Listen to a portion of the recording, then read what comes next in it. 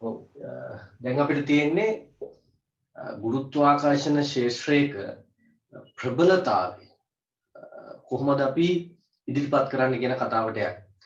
අපි දන්නවා දැන් ගුරුත්වාකර්ෂණ ශේෂ්ත්‍රයක් ඇති වෙන්නේ ස්කන්ධයක් හේතු කොටගෙන එහෙම ඇතිවන ස්කන්ධය මත එහෙම ඇතිකරන ගුරුත්වාකර්ෂණ ශේෂ්ත්‍රය මත අපි ස්කන්ධයක් තිබ්බොත් එහෙම ඒ ස්කන්ධය මත බලයක් ඇති කරනවා. ඒ බලය සඳහා ප්‍රකාශනයක් අපි ගත්තා නිව්ටන්ගේ සාර්ව ගුරුත්වාකර්ෂණ නියමය.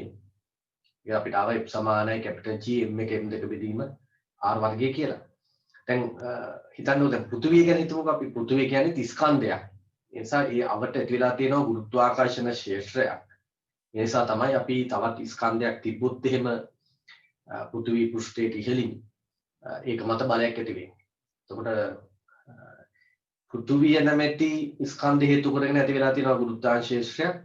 හඳ ගත්තොත් හඳ නැමැති ස්කන්ධ හේතු කරගෙන ගුරුත්වාකර්ෂණ ශේෂ්ත්‍රයක් ඇති වෙලා තියෙනවා. ඔය විදිහට ගත්තාම මේ විශ්වයේ තියෙන ස්කන්ධ වටා ගුරුත්වාකර්ෂණ ශේෂ්ත්‍ර ඇති වෙලා තියෙනවා දැන්. මම ගත්තොත් මම ස්කන්ධයක්. මමට ගුරුත්වාකර්ෂණ ශේෂ්ත්‍රයක් තියෙනවා.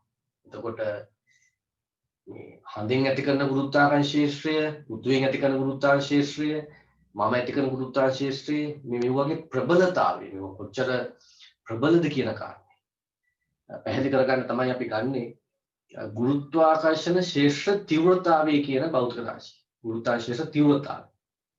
අපි හිතමුකෝ පොඩි දලාදසක් ගත්තහම පෘථිවියට අපි මෙහෙම සම්බන්ධ වෙලා ඉන්නේ දැන්. නමුත් අපි උඩ පැන්නොත් අපි දන්නවා ඒකම පල්ලෙහාට වැටෙනවා. හඳේදී එහෙම නෙමෙයි කියන කතාවත් අපි දන්නවා. හඳේදී ටිකක් උඩ පැනනවා ටිකක් වැඩිපුර යනවා. එතකොට මෙතන පැහැදිලි මේ ස්කන්ධ අතර ඇතිවෙන බල නැත්නම් මේ ශේෂ්ත්‍රය නිසා මේ බල ඇති වෙන්නේ. මේ ශේෂ්ත්‍රයේ ප්‍රබලතා වෙනස්. ඒකට මේ වෙනස අපි කොහොමද හරියට අර්ථ දක්වගන්නේ කියන කාරණේ හඳුනගන්නේ. ඒක තමයි ගුරුත්වාකර්ෂණ තීව්‍රතාවය කියන භෞතික රාශියෙන් කරන්නේ. ඒක ගුරුත්වාකර්ෂණ තීව්‍රතාවය කියන එක අපි ගන්නෙ යම් ලක්ෂයක ගුරුත්වාකර්ෂණ ශේෂ්ත්‍රයක යම් ලක්ෂයක ගුරුත්වාකර්ෂණ ශේෂ්ත්‍ර තීව්‍රතාවය කියලා අපි කියන්නේ එම ලක්ෂය මත තිබූ ඒකක ස්කන්ධයක් මත ක්‍රියා කරන බලය. පැහැදිලිද? එම ලක්ෂය මත තිබූ ඒකක ස්කන්ධයක් මත ක්‍රියා කරන බලය. ඒතකොට කිලෝ එකක් කියන එක තමයි SI එක කරනවා ඒකක ස්කන්ධයක් කියලා කියන්නේ. අපි ගන්නේ ඒකක ස්කන්ධයක් කියන අර්ධයක්ීම යටතේ අපි ගන්නේ කිලෝ එකක්. රාත්තල් පාවිච්චි කරන රටක ඒකක ස්කන්ධය කියලා එකට ගන්නේ රාත්තලක්. රාත්තලක් මත මේ බලය. පැහැදිලිද? රාත්තලක් මත බලය තමයි එතන ඒකට අර්ධක් වන්නේ ගුරුත්වාකර්ෂණ තීව්‍රතාව. අපි ගන්නේ කිලෝග්‍රෑම් එකක් මත. ඒකට කිලෝග්‍රෑම් එකක් මත බලය තමයි ගුරුත්වාකර්ෂණ තීව්‍රතාවය කියලා කියන්නේ. පැහැදිලිනේ? ඒ අනුව අපිට මේ ප්‍රබලතාවය පිළිබඳ අවබෝධයක් ගත්තා. දැන් පෘථුවියේ පෘෂ්ඨය මත ගුරුත්වාකර්ෂණ ශේෂ්ත්‍ර තීව්‍රතාවය කියන්නේ පෘථුවි පෘෂ්ඨය මත ඒකක ස්කන්ධයක්. ඒ කියන්නේ කිලෝ එකක් තිබ්බොත් ඒක මත බලය. හඳේ පෘෂ්ඨය මත ගුරුත්වාකර්ෂණ තීව්‍රතාවය කියන්නේ හඳේ පෘෂ්ඨය මත කිලෝ එකක් තිබ්බොත් ඒක මත බලය. එතකොට මේ බලය වැඩි කොතනද? එහෙනම් ශේෂ්ත්‍ර තීව්‍රතාවය වැඩි එතන. ඒ කියන්නේ ශේෂ්ත්‍රයේ ප්‍රබලතාවයත් වැඩි එතන කියලා කිව්වේ. ඒකක ස්කන්ධයක් ගත නිසා අපිට කිසි බයක් නැහැ. අපිට පුළුවන් සංසන්දනය කරන්න. එහෙම නැත්තම් බෑ. ඒකක ස්කන්ධයක් ගත නැතුව සංසන්දනය කරන්න බෑ. පැහැදිලිද? දැන් මෙතන කිලෝ 100කට බලය මෙච්චරයි, හඳේ කිලෝ 500කට බලය මෙච්චරයි කියලා අරගෙන එහෙම ස්කන්ධ දෙකක් අරගෙන අපිට මේ ආශ්‍රයෙන් සංසන්දනය කිරීමට බෑ. එක්ක වෙන්න ඕනි එකම ස්කන්ධ ගන්න ඕනි. එකම ස්කන්ධ. පැහැදිලිද? එකම ස්කන්ධ ගත්තොත් හරි. පෘථුවියෙත් කිලෝ 10ක් අරගෙන එහෙත් කිලෝ 10ක්. එහෙම ගන්න පුළුවන්. ඒතකොට මේ අර්ධක්වීම සංසන්දනය කරන්න පුළුවන්. නමුත් ඉතින් වඩා හොඳයි එකම ස්කන්ධ කියන එකේ ඒකක ස්කන්ධයට යන එක. අපිට තියෙනවනේ ඒකක ස්කන්ධය. ඒතකොට ඒකක ස්කන්ධය ගත්තාම වඩාත් හොඳයි. මොකද ඒකට හේතුව එකක ස්කන්ධයක දන්නවනම් අපිට ඕනම ස්කන්ධයකට යන්නත් පුළුවන් ගුණාකාර වශයෙන්. ගුණාකාර වශයෙන් යන්නත් පුළුවන්. එකකට මෙච්චර නම් මෙච්චර කොට කොච්චරද කියන කාරණෙත් එක්ක.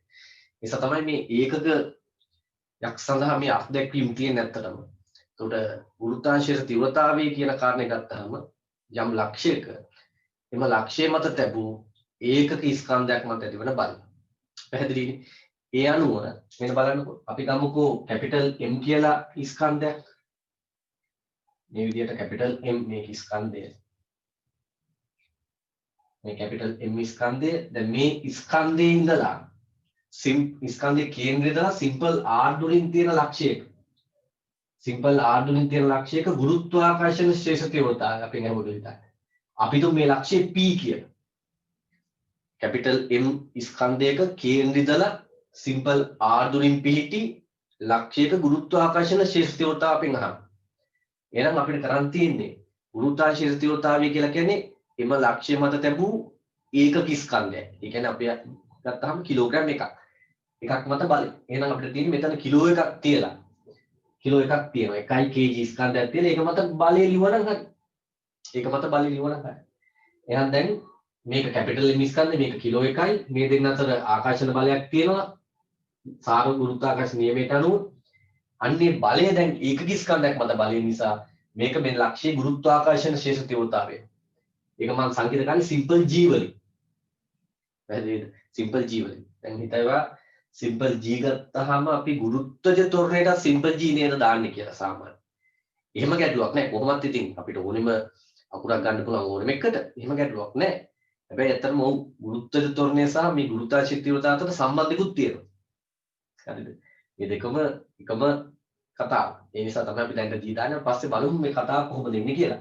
ඒතකොට සිම්පල් G ගුරුත්වාකර්ෂණ බලය ඒක තමයි ශේෂ තීව්‍රතාවය බවට පත් වෙන්නේ. ඒක මට ලියන්න පුළුවන් මේක හරි F වගේනේ. එහෙනම් F සමානයි නැත්නම් G වෙනවා. එතකොට කැපිටල් G M1 මේක කැපිටල් M ස්කන්ධේ මේක M කියලා දාන්න M2 අනිත් එක කිලෝ 1යිනේ. බෙදීම R වර්ග ඒ වතර දුරේ වර්ග. පැහැදිලිද? එහෙනම් මෙන්න P ලක්ෂයේ ගුරුත්වාකර්ෂණ ශේෂ තීව්‍රතාවය සඳහා ප්‍රකාශනය. සිම්පල් G සමානයි Gm බෙදීම R වර්ගය. හරි ලේසි. යම් ලක්ෂයක ගුරුත්වාකර්ෂණ තීව්‍රතාවය ඇහුවොත් එම ලක්ෂය මත කිලෝ එකක් තියලා ස්කන්ධ කිලෝ එකක් තියලා ඒක මත බලය ලියවනම් හරියි. පැහැදිලිද? ඔන්න අපිට අදහසක් තියෙනවා. එහෙනම් ලියන්න මේ විදිහට අර නෝට් එක ලියලා නවත්තපු සැනින් අපි ගත්තේ අවසානයේ G වල මාන ගත්තා. එතන යටින් ලියන්න නිකම්ම ලියන්න මාතෘකාවක් නෙමෙයි නිකන් ලියන්න ගුරුත්වාකර්ෂණ ශේෂ්ත්‍රයක ගුරුත්වාකර්ෂණ ශේෂ්ත්‍රයක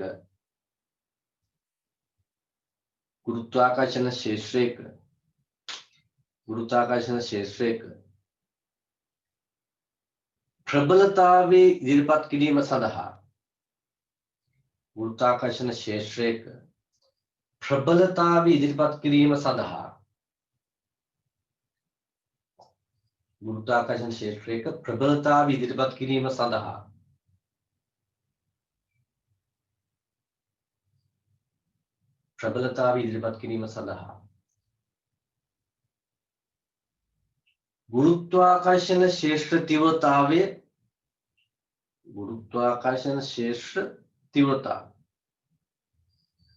ගුරුත්වාකර්ෂණ ශේෂ්ත්‍ර තීව්‍රතාවය අර්ථ දක්වනු ලැබේ. ගුරුත්වාකර්ෂණ ශේෂ්ත්‍ර තීව්‍රතාවය අර්ථ දක්වනු ලැබේ. ගුරුත්වාකර්ෂණ ශේෂ්ත්‍ර තීව්‍රතාවයේ අර්ථ දක්වනු ලැබේ. ගුරුත්වාකර්ෂණ ශේෂ්ත්‍ර තීව්‍රතාවයේ අර්ථ දක්වනු ලැබේ. එහෙනම් යටින් යන මාතෘකාව ගුරුත්වාකර්ෂණ ශේෂ්ත්‍ර තීව්‍රතාවය. ගුරුත්වාකර්ෂණ ශේෂ්ත්‍ර තීව්‍රතාවය. ගුරුත්වාකර්ෂණ ශේෂ්ත්‍ර තීව්‍රතාවය. ගුරුත්වාකර්ෂණ ශේෂ්ත්‍ර තීව්‍රතාවය. ඒකත් ලියන්න ගුරුත්වාකර්ෂණ ශේෂ්ත්‍ර තීව්‍රතාවය ලියන්න ගුරුත්වාකර්ෂණ ශේෂ්ත්‍රයක ගන්න අල්කෑන්දම කමක් නැහැ. ගුරුත්වාකර්ෂණ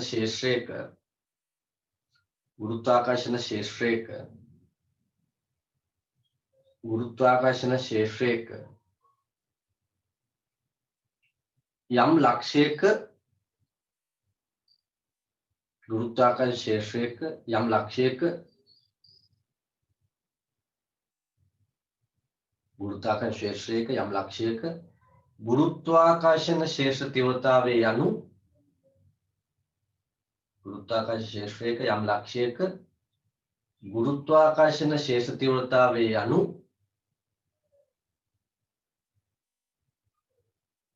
ගුරුත්වාකර්ෂණ ශේෂ්ත්‍ර තීව්‍රතාවය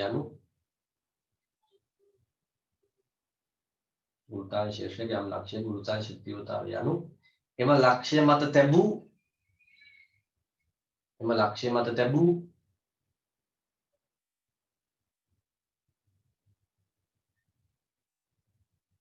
එම ලක්ෂ්‍ය මත තැබූ ඒකක ස්කන්ධයක් මත බලය. එම ලක්ෂ්‍ය මත තැබූ ඒකක ස්කන්ධයක් මත බලය. එම ලක්ෂ්‍ය මත තැබූ ඒකක ස්කන්ධයක් මත බලය. එම ලක්ෂ්‍ය මත තැබූ ඒකක ස්කන්ධයක් මත බලය.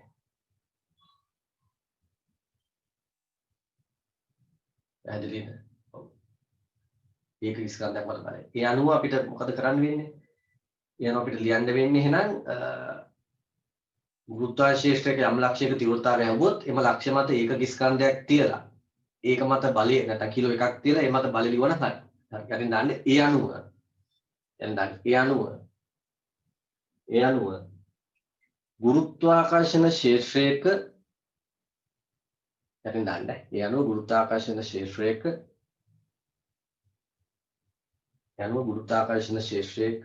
යම් ලක්ෂයක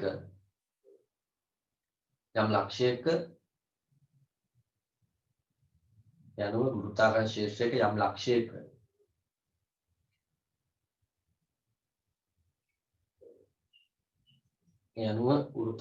යම් ලක්ෂයක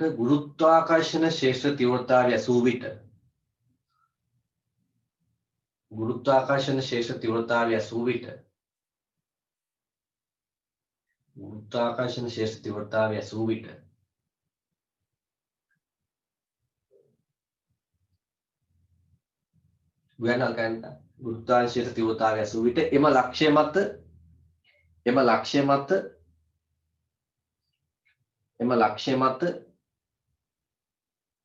එම ලක්ෂ්‍ය මත ඒකක ස්කන්ධයක් තබා කිලෝග්‍රෑම් එකක් කියලා. එම ලක්ෂ්‍ය මත 1 kg දාමු. ඒක ස්කන්ධ කියන්නේ අපි ගත්තොත් 1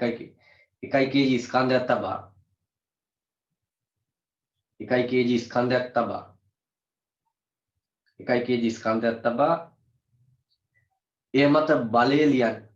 එය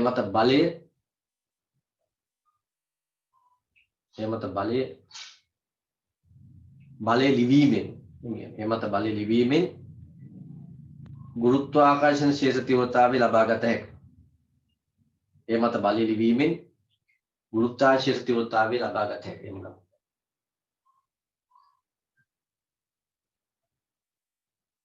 ඒ මත බලය ලිවීමෙන් ගුරුත්වාකර්ෂණ ක්ෂේත්‍ර තීව්‍රතාවය ලබා ගත හැකියි.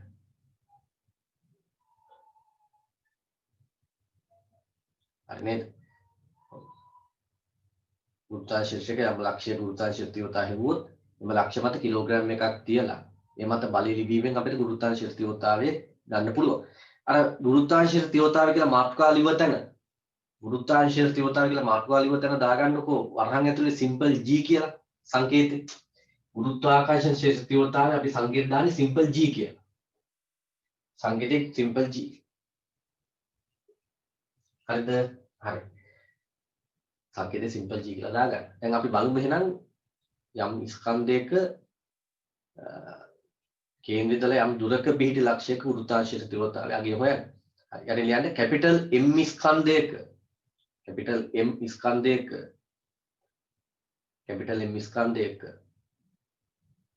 කේන්ද්‍රයේ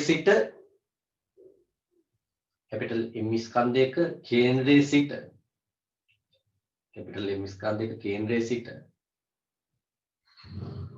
සිම්පල් R දුරින් පිහිටි කැපිටල් M ස්කන්ධයක කේන්ද්‍රයේ සිට සිම්පල් R දුරින් පිහිටි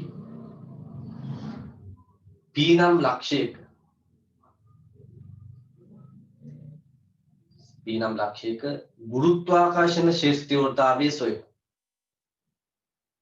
ගුරුත්වාකර්ෂණ ක්ෂේත්‍ර තීව්‍රතාවය සොයමු.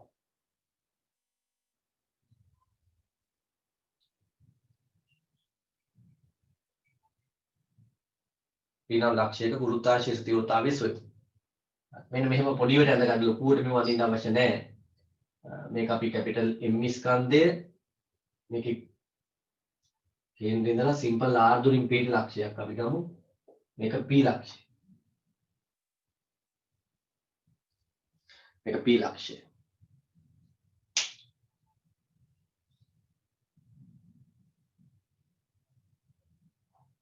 මේක අඳගන්න.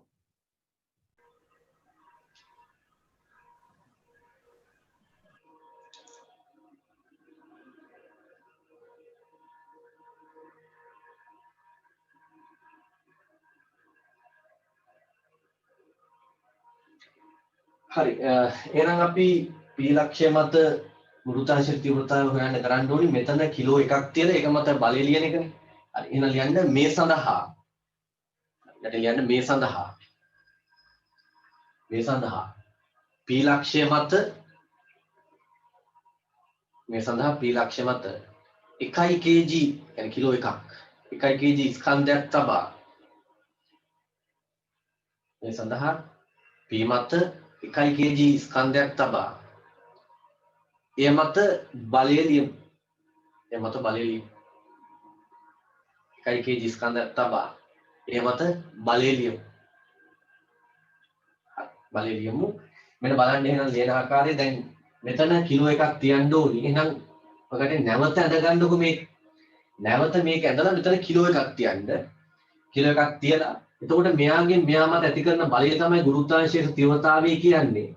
ඒක අපි සංකේත කරන්නේ G අකුරේ. කැපිටල් F කියන බලය තමයි ඉතින්. ඒක G වලින් අලුතෙන් සංකේත කරනවා. මොකද කිලෝ එකක් මත බලය G අකුරෙන් සංකේත කරනවා. එහෙනම් මේකත් නැවත ඇඳ ගන්න. නැවත මේක ඇඳ ගන්න.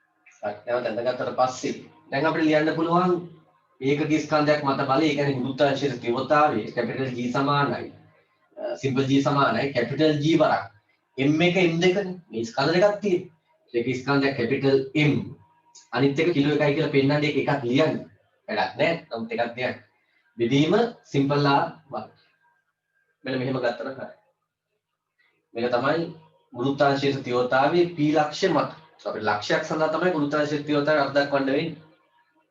හරිනේ. gm බෙදීම r වර්ගය ගුරුත්වාකර්ෂණයේ තීව්‍රතාවයේ දෛශිකයක් වෙනවා. බලයනේ ඒකක ස්කන්ධයක් මත බලය. එතකොට මේක දෛශිකයක් වෙනවා. දෛශික දිශාව බලයේ දිශාව ඒක අපිට පැහැදිලි. ඊට පස්සේ අපි මේකේ ඒකක සහ මානක් ගමු. ලියා ගන්න යටින් ගුරුත්වාකර්ෂණ ශේෂ තීව්‍රතාවයේ දෛශිකයේ गुरुत्वाकर्षण शेष तीव्रतावे दैशिके गुरुत्वाकर्षण शेष तीव्रतावे दैशिके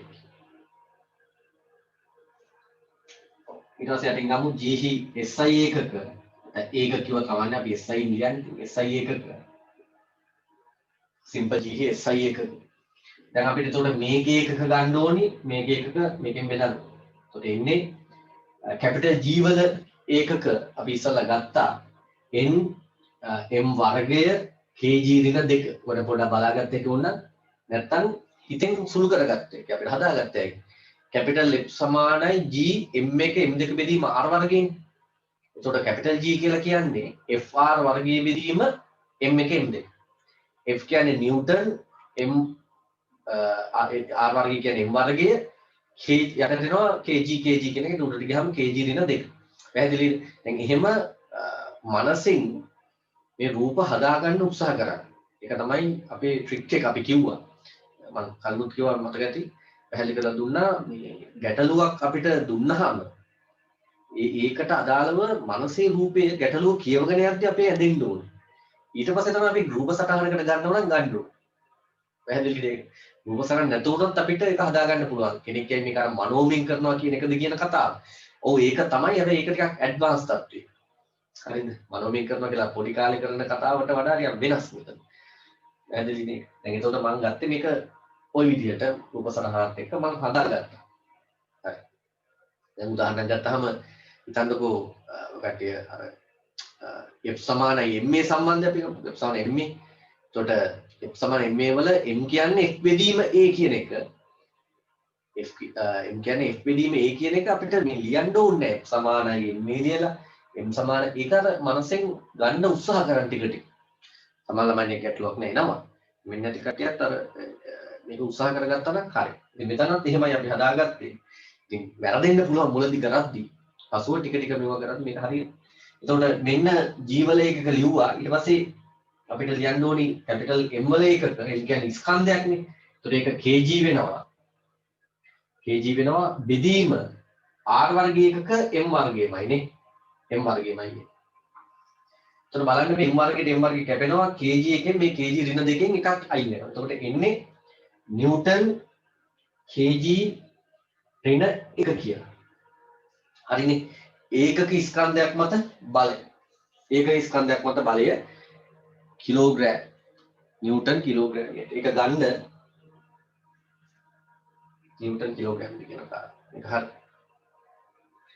මේක අපිට ඕන තව සුළු කරගත්තා හැකි නිව්ටන් කියන එක ගත්ත හැකි kg ms ඍණ 2 කියලා.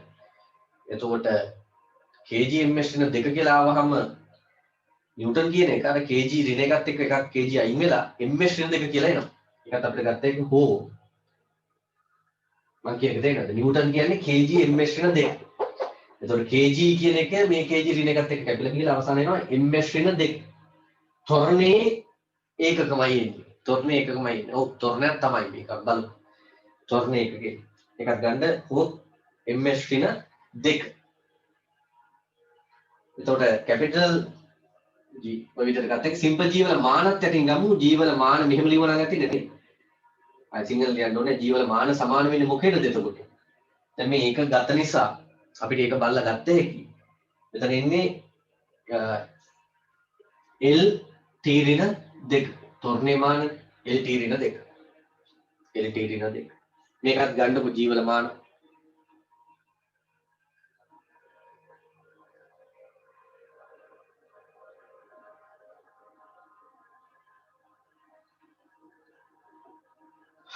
හරි. දැන් අපි බලමු මේ ගුරුත්වාකර්ෂණ තීව්‍රතාවයේ විචලනය ප්‍රස්ථාරගත කරලා. ප්‍රස්ථාරයෙන් අපිට මේක හොඳට තේරුම් ගන්න එක ඇත්තටම යම් භෞතික රාශි අතර සම්බන්ධතාවය. දැන් සිම්පල් G කියලා කියන්නේ G m බෙදීම r වර්ගයෙන්. ඒත් අපිට පේනවා ගුරුත්වාකර්ෂණ තීව්‍රතාවයේ දුරත් එක්ක විචලනය වෙනවා. දුරත් එක්ක විචලනය වෙනවා. මේ විචලනයේ මේ සමීකරණය තිබ්බට ප්‍රස්ථාරයක් ඇන්දොත් ඒ කියන්නේ r සහ g අතර ප්‍රස්ථාරයක් ඇන්දොත් මේ විචලනයේ ආකාරය හොඳට අපිට බලාගත්ත හැකි. ඒ විතරක් නෙමෙයි අර ප්‍රස්ථාරවලදී කියලා තියෙනවා වගේම g සහ r අතර මේ ප්‍රස්ථාරයක් අපි නිර්මාණය කරලා අපිට පුළුවන් මේ දුරත් සමග ගුරුත්වාකර්ෂණ තීව්‍රතාව විචලනයත් එක්ක මේ අනාගතය කියන්නේ. ඒ කියන්නේ අනාගතය කියන්නේ තව ටිකක් ඈතට යද්දී මොකද වෙන්නේ කියන කතන්දර. පැහැදිලිද? ඒ වගේම අතීතය ගැනත් මේක කතා කරන්න පුළුවන්. හැබැයි අපි ගන්න විශේෂ උපකල්පන හෝ ඒ කාරණා මත විතරයි ඒක වෙනස් වෙන්න පුළුවන් සම්භාවිතාවක් තියෙනවා. මොම මේකෙත් පෙන්නන්න ඔගේ කාරණා වෙනස් වෙන්න පුළුවන් සම්භාවිතාවක් තියෙනවා මෙතනදී. හරි මේ බලන්නකෝ දැන්. මම එහෙනම් ගන්න හදන්නේ ඒකාකාර ඝන ගෝලයක කේන්ද්‍රයේ සිට පවතින දුරස් සමග ගුරුත්වාකර්ෂණ තීව්‍රතාව විචලන වන ආකාරය. ලියාගන්න මේ විදිහට උතන යටින් ලියන්න. ඒකාකාර ඝන ගෝලයක දැන් ඒකාකාර ඝන ගෝලයක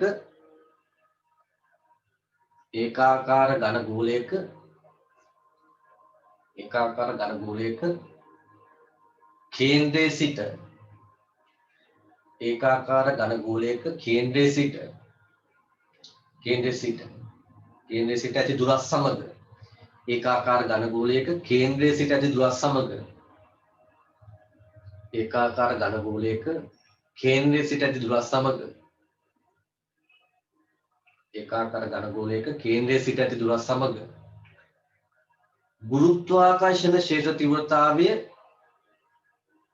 ඒකාකාර ඝන ගෝලයක කේන්ද්‍රයේ සිට ඇති දුරස් සමග ගුරුත්වාකර්ෂණ ක්ෂේත්‍ර තීව්‍රතාවය විචලනය වන අයුරු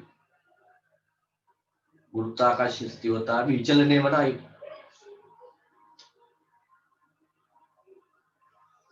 ඒකාකාර ඝන ගෝලයක කේන්ද්‍රය සිට ඇති දුරත් සමග ගුරුත්වාකර්ෂණ ශේෂ්ඨ තීව්‍රතාවයේ විචලනය වන අයුරු. විචලනය වන අයුරු.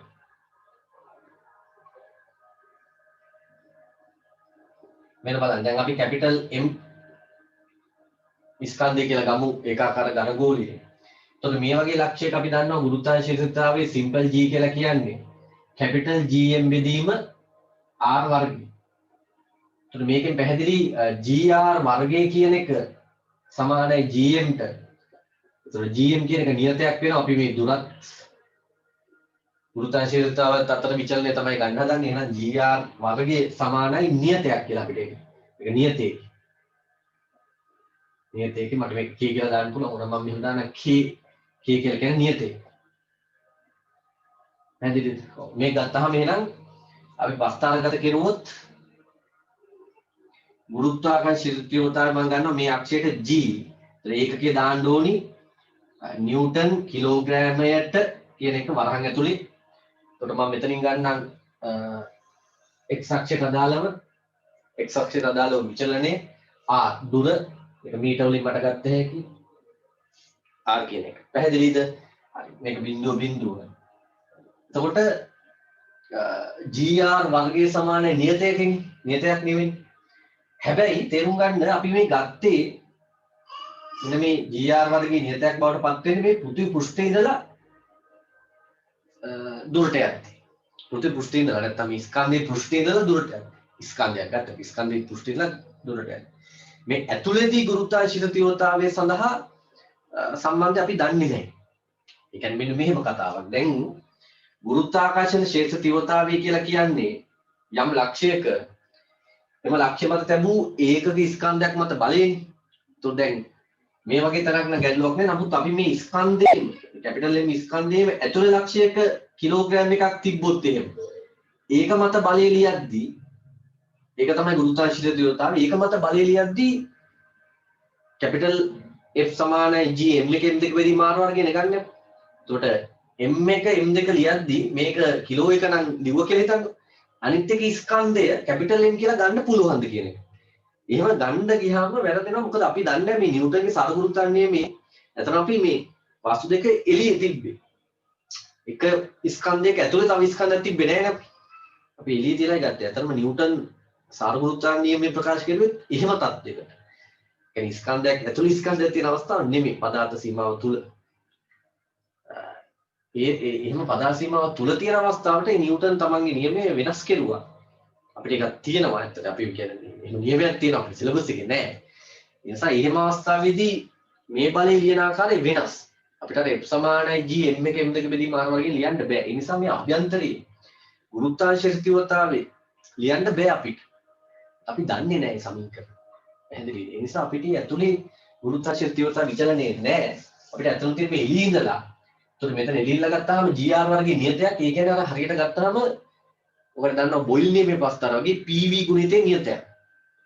PV ගුණිතේ නියතයක් කියන කතන්දරේ නෑනේ. පැහැදිලි PV ගුණිතේ නියතයක්. ඒකට ඒ අනුව මේක ඇත්තටම එන්නේ මෙන්න මෙහෙම වක්‍රයක් නෙන්නේ නේද? ඔන්නමයි එන්නේ. පැහැදිලිද? ඔව්. එතකොට අපි දන්නවා R කියන එක අනන්තයට යද්දී බලන්න මේ G සමානයි නියතයේ බෙදීම R වර්ගය. R අනන්තයට යද්දී R අනන්තයට යද්දී G කියන එක බිඳුවට එන්න ඕනේ නේ. G සමානයි නියතයේ බෙදීම R වර්ගයෙන්. R කියන එක අනන්තයට යද්දී අපි දන්නවා යම් කිසි සංඛ්‍යාවක් අනන්තයෙන් බෙදුනොත් එතන ලැබෙන්නේ බිඳුව. R අනන්තයට තමයි මේක බිඳුවට යන්නේ. ඒ වගේම අනිත් පැත්ත ගත්තොත් R වර්ගය සමානයි නියතයක් බෙදීම G. G කියන එක අනිත් පැත්තෙන් තර ගන්න පුළුවන්. ඉතින් වැඩි තියෙන්නේ G කියන එකේ බිඳුව කියන කතන්දර. ඉතින් අපි එන්නේ නැහැ. මේ පැත්ත මෙතනින් පස්සේ අපි කතා කරන්නේ. ඒ නිසා මේ පැත්ත අපි අයින් කරගමු. මේක ඕනේ නැහැ. මේ පැත්තෙන් පොඩ්ඩක් මෙතෙන් යනවා කියන කතාව ගත්තා. කොහොමද මේක PV ගුණිතයක් ආකාරයේ පස්තර. මෙතනින් අපි ඒක නවත්තනවා. හැබැයි මම දන්න නිසා මම දන්න මේ අභ්‍යන්තරයේ මේ විචලනය සිද්ධ වෙන්නේ මෙන්න මෙහෙම. y = mx ආකාරය. නිසා ඒක අපි නිකන් දැන් අඳිමු සිලබස් එකේ අහන්නේ නැහැ මේක. ඒක අඳිමු කොහොම. ඒ කියන්නේ මෙතනදී GR වර්ගයේ නියතයක් කියන එකයි එන්නේ. GR වර්ගයේ නියතයක් කියලා කියන්නේ. හරි. මේ ටික විතරයි තියෙන්නේ. එහෙනම් මේක ඇඳලා මේක ගත්තා නම් හරි.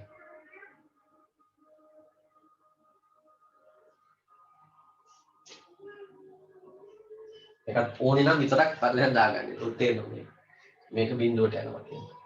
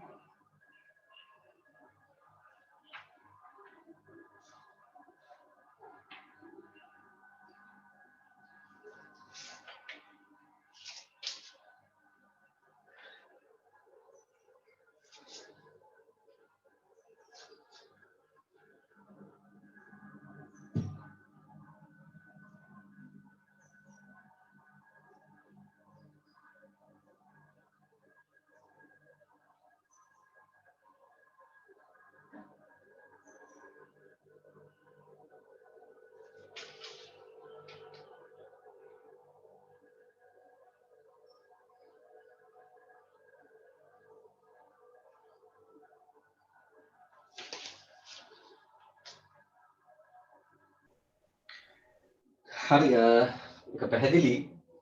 දැන් අපි ස්කන්ධ කීපයක් හින්දා ඇතිවන ගුරුත්වාකර්ෂණ තීව්‍රතාවය ගත්තොත් යම් ලක්ෂයක ඒක ගන්නත් පුළුවන් අපිට. ඇත්තටම මේ අපි මේ ප්‍රායෝගික තත්ත්වය ගත්තාම ස්කන්ධ කීපයක්ම යම් ලක්ෂයක ගුරුත්වාකර්ෂණ තීව්‍රතාවය ඇති කරනවානේ. දැන් පෘථිවිය, හඳ, ඊට පස්සේ තවත් ග්‍රහලෝක, මේ සෞර ග්‍රහ මණ්ඩලයේ තියෙන සෞර ග්‍රහ මණ්ඩලය විතරක් නෙමෙයිනේ. ඊට පස්සේ මේ අපේ මන්දාකිණයට යනවා. ඊට පස්සේ ওই විදිහට ගත්තාම ඒ සියලුම ස්කන්ධ මගින් මේ ඇති කරන ගුරුත්වාකර්ෂණ ශේෂ්ඨ තීව්‍රතාව තමයි තියෙන්නේ. දැන් මම හිතුවට මම මෙතන ඇති කරන ගුරුත්වාකර්ෂණ තීව්‍රතාවය මම මත බලය ගත්තත් අමුගෙන් මේ පෘථිවිය විතරක් කියලා හිතුවට නෑ අපේ නෑ අඟහරු ග්‍රහ ලෝකයක් මට බලපෑම් ඇති කරනවා. පැහැදිලිද? තවත් ග්‍රහ ලෝකයේ සියල්ලම බලපෑම් ඇති කරනවා. ඒක තමයි ගුරුත්වාකර්ෂණ තීව්‍රතාවයේ කතාවටත් යන්නේ. එතකොට අපිට ස්කන්ධ කීපයක් මගින් යම් ලක්ෂයක ඇති කරන ගුරුත්වාකර්ෂණ තීව්‍රතාවය ගන්න ඕනි නම් ඒකත් හරි සරලයි. එහෙනම් අර්ධකීමට යනවා ඒ ලක්ෂ්‍ය මත කිලෝග්‍රෑම් එකක් තියලා අර හැම ස්කන්ධයක්ම ඒක මත ඇති කරන බල අපි වෙන වෙනම ලියනවා. ඒ කියන්නේ එක එක ස්කන්ධ ඇති කරන ගුරුත්වාකර්ෂණ තීව්‍රතාව අපි වෙන වෙනම ලියනවා. ලියලා ඒ ගුරුත්වාකර්ෂණ තීව්‍රතාවල දෛශික සම්ප්‍රයුක්තය ගත්තා නම් ගන්න. දෛශික සම්ප්‍රයුක්තය ගන්න. ඒ කියන්නේ මම කිව්වොත් මේ විදිහට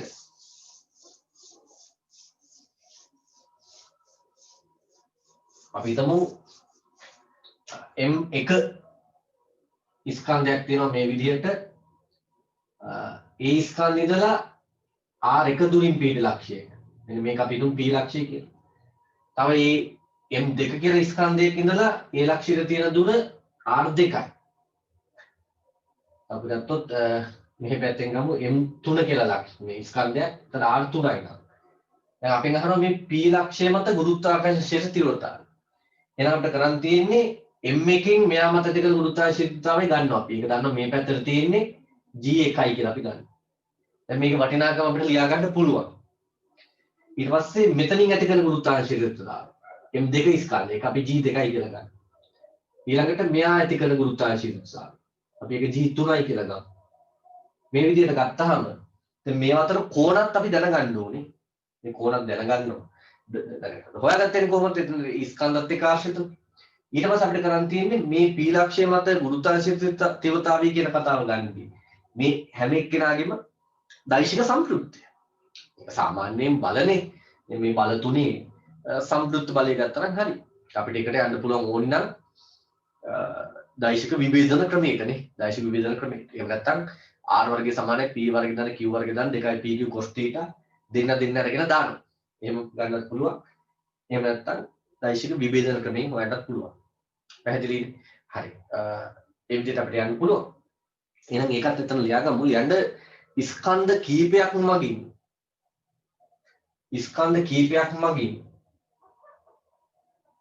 ස්කන්ධ කීපයක් මගින්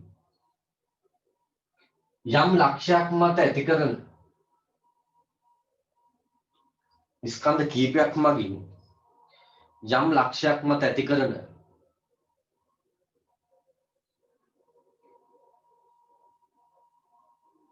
ස්කන්ධ කීපයක් මගින් යම් ලක්ෂයක ඇති කරන ගුරුත්වාකර්ෂණ ශේෂ තීව්‍රතාවයේ සෙවීමට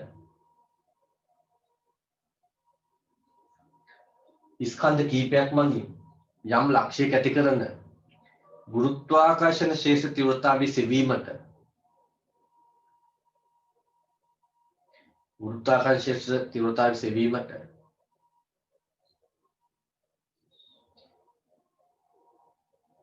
ස්කන්ධ කීපයක් මගින් යම් ලක්ෂයක ඇති කරන ගුරුත්වාකර්ෂණ ශේෂ තීව්‍රතාවයේ සෙවීමට එක් එක් ස්කන්ධය සෙවීමට එක් එක් ස්කන්ධය එම ලක්ෂය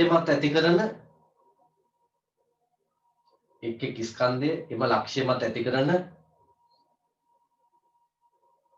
එක් එක් ස්කන්ධය එම ලක්ෂය මත ඇති කරන ගුරුත්වාකර්ෂණ ශේෂ තීව්‍රතාවය වෙන වෙනම ලියා එක් එක් ස්කන්ධය එම ලක්ෂය මත ඇති කරන ගුරුත්වාකර්ෂණ ශේෂ තීව්‍රතාවය වෙන වෙනම ලියා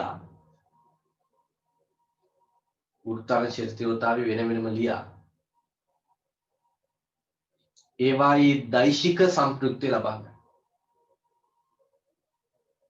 ඒවායේ දෛශික සම්ප්‍රයුක්තය ලබා ගන්න. ඒවායේ දෛශික සම්ප්‍රයුක්තය ලබා ගන්න. ඒවායේ දෛශික සම්ප්‍රයුක්තය. දෛශික වුණාම අපි දන්නවා දිශාවත් එක්කනේ දෙන්න ඕනේ. දෛශික සම්ප්‍රයුක්තය. නිකන් එකතු කළා හරියන්නේ නැහැ. ඒවායේ දෛශික සම්ප්‍රයුක්තය ලබා ගන්න කියලා මේක පොඩිවට ඇදගන්න. මේ ටිකම ඕනේ නැහැ. තව වෙන ස්කන්ධයක් දැම්මත් කමක් නැහැ. මේ ස්කන්ධ කීපයක් තියෙනවා. සරල තර්කයක් තියෙනවා. මේ ගන්නකො හිමි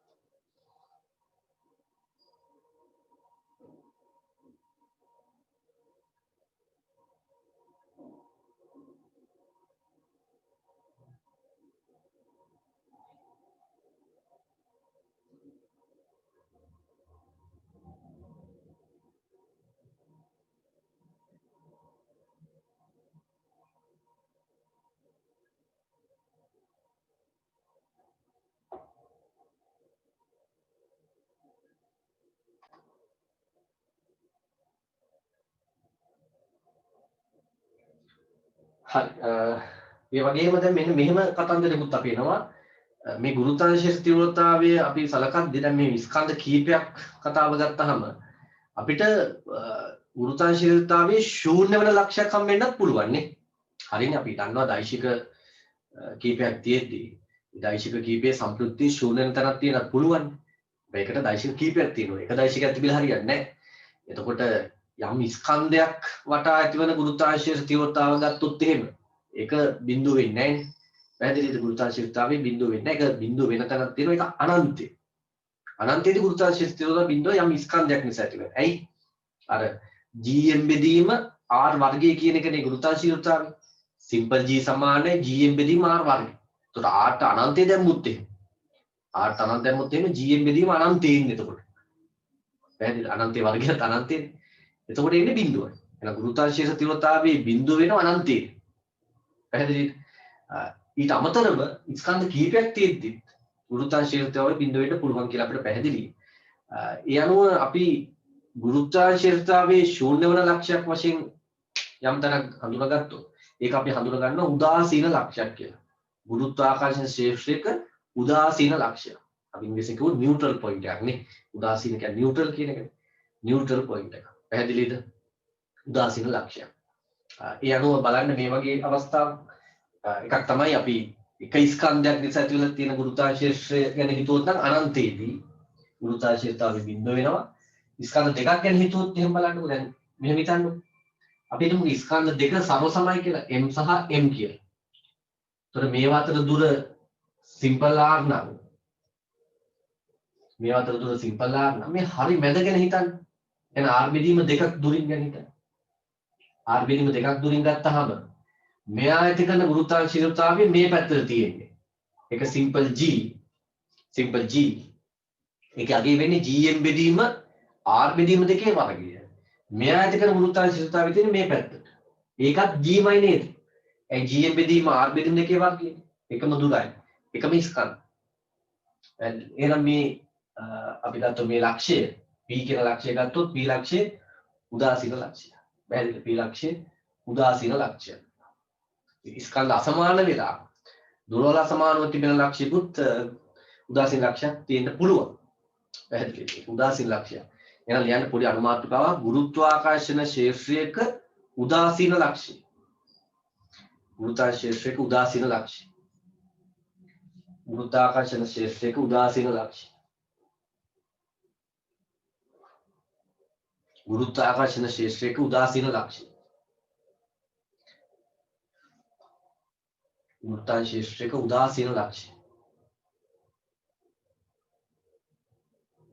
ගුරුත්වාකර්ෂණ ශේෂ්ත්‍රයක උදාසීන ලක්ෂය. එයට ලියන්න ගුරුත්වාකර්ෂණ ශේෂ්ත්‍ර තීව්‍රතාවය ගුරුත්වාකර්ෂණ ශේෂ්ත්‍ර තීව්‍රතාවය ගුරුත්වාකර්ෂණ ශේෂ්ත්‍ර තීව්‍රතාවය ගුරුත්වාකර්ෂණ ශේෂ්ත්‍ර තීව්‍රතාවය ශූන්‍ය වන ලක්ෂයක්.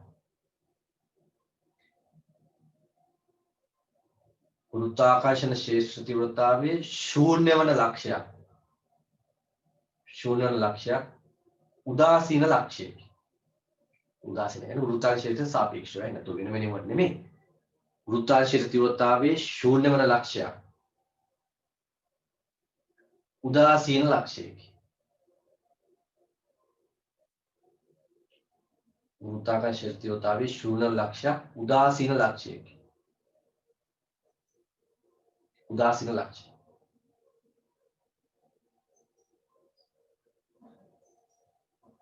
යකින් ගන්න ඒ අනුව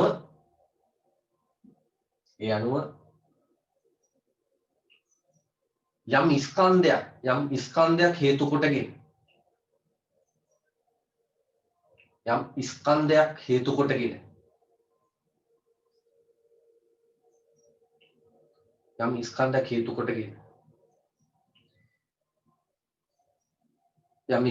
කොටගෙන ඇති වී ඇති යම් ස්කන්ධයක් හේතු කොටගෙන ගොඩනැගී ඇති කියොත් තමයි ගොඩනැගී ඇති ඇති වී ඇති ගුරුත්වාකර්ෂණ ශේෂ්ත්‍රයක් සැලකූ විට ඇති වී ඇති ගුරුත්වාකර්ෂණ ශේෂ්ත්‍රයක් සැලකූ විට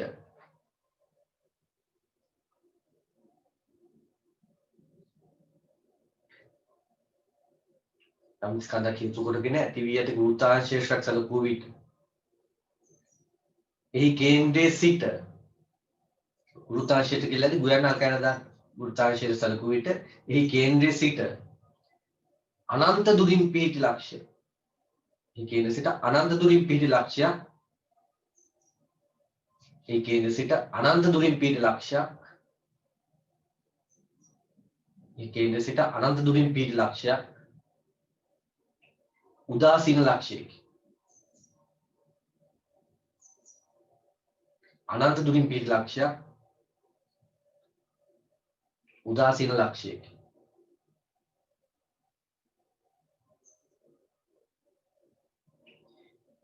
එසේම අනන්ත දුරින් පිහිටි ලක්ෂයක් උදාසීන ලක්ෂයකි. එසේම ස්කන්ධ කීපයක් හේතු කොටගෙන ස්කන්ධ එක දෙකක් හෝ ඊට වැඩි ගණනක් කියන එක. ඉතින් ස්කන්ධ කීපයක් හේතු කොටගෙනද එසේම ස්කන්ධ කීපයක් හේතු කොටගෙනද එසේම ස්කන්ධ කීපයක් හේතු කොටගෙනද උදාසීන ලක්ෂයක් ඇති විය හැකියි.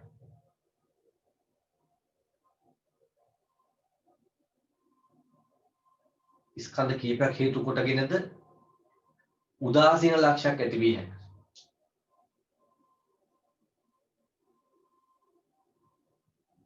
ස්කන්ධ කීපයක් හේතු කොටගෙනද උදාසීන ලක්ෂයක් ඇති විය හැකියි. දැන් නඩ උදාහරණයක් ලෙස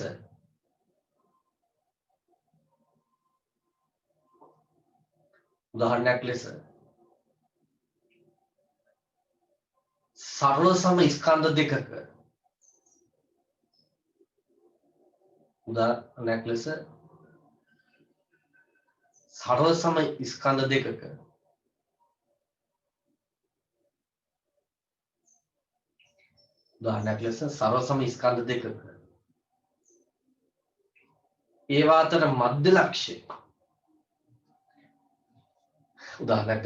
සම ස්කන්ධ දෙකක ඒවා අතර මධ්‍ය ලක්ෂය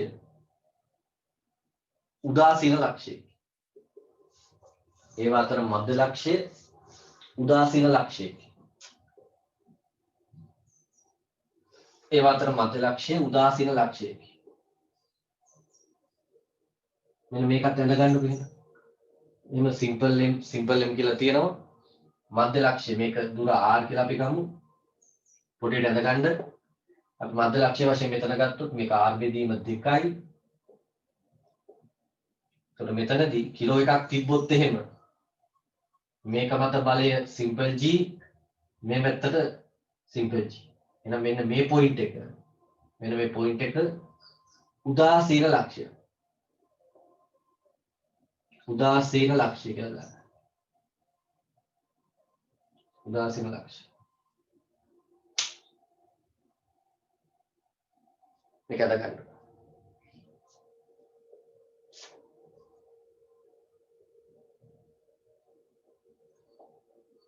උදාසීන ලක්ෂය.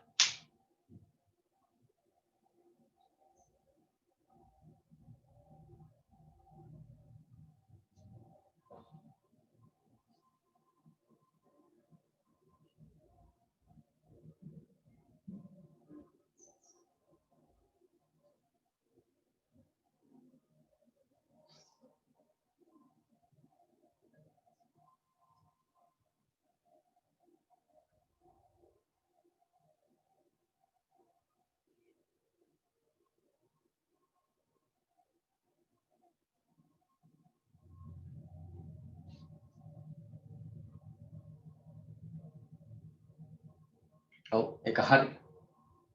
එතකොට මෙතනින් තේරුම් ගන්න දැන් උදාසීන ලක්ෂයක් ගත්තොත් ගුරුත්වාකර්ෂණයක එතන අපි තවත් ස්කන්ධයක් තිබ්බත් ඒක මත බලයක් ඇති වෙන්නේ නැහැ. පැහැදිලිද? ඒකක ස්කන්ධයක් මත බලයක් නැත්තම් වෙනත් ස්කන්ධයක් තිබ්බ කියලා බලයක් ඇති වෙන්නේ නැහැ. පැහැදිලි නේ කතාව. ඒ අනුව මෙතන අපි තියලා තිබ්බොත් යම් වස්තුවක් සමතුලිතතාවයේ තියෙනවා. දැන් ඒ වස්තුව නැත්නම් ස්කන්ධේ මම වම් පැත්තට මේ පැත්තට චලිත කෙරුවොත් මම වම් පැත්තට විස්ථාපනය කෙරුවොත් එහෙම ඒ සමතුලිතතාවය බිඳ වැටෙනවා. බිඳ වැටි නැත්නම් වම් පැත්තට මම විස්ථාපනය කරුවාම මෙයාගෙන් ඇති කරන ආකර්ෂණ බලය වැඩි වෙනවා. මොකද දුර අඩු වෙනවනේ. මෙතන තියෙන ස්කන්ධේ මේ පැත්තට ගත්තාම මේ දෙන්න අතර දුර මෙයයි එයයි අතර තියෙන දුරට වඩා අඩු වෙනවා. දුර අඩු වීමත් එක්ක මෙයා යොදන බලය වැඩි වෙලා මෙයා දෙසට ඇදිලා යනවා. පැහැදිලිද? එයා දෙසට ඇදිලා යනවා. එතකොට ඒ සමතුලිතතාවය බිඳෙනවා. එතකොට මේක තියෙන්නේ ඇත්තටම ඒ කියන්නේ අපි ගත්තොත් එහෙම උදාසීන අවස්ථාවේ තියෙනවා. උදාසීන අවස්ථාව මුලින්ම තියෙනවා මෙතන. ඊට පස්සේ සමතුලිතතාවය බිඳ වැටෙනවා. දැන් අපි ගත්තොත් මෙහෙම පෘථිවියේ ඉඳලා අපි හඳට රොකට් එකක් යවනවා කියලා හිතන්න. පෘථිවියේ ඉඳලා හඳට රොකට් එකක් යවනවා. එතකොට ඔය දෙක අතර පෘථිවිය සහ හඳ ගත්තොත් එහෙම ස්කන්ධ දෙකක්.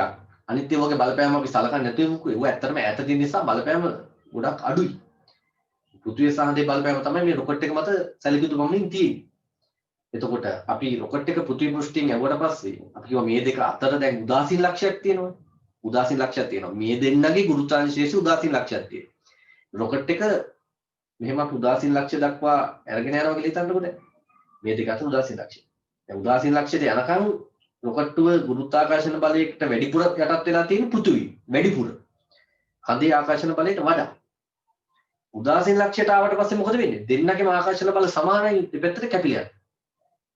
එහෙනම් ඒ අතරමැද ඒ කියන්නේ පෘථිවි පෘෂ්ඨයේ ඉඳලා මේ උදාසීන ලක්ෂයට යන අතරමැද රොකට් එකට මොනවා හරි වුණොත් එහෙම එන්ජින් එක ක්‍රියාවිහිදුන ගමන් ආපහු පෘථිවියටයි ඇදලා වැටෙන්නේ.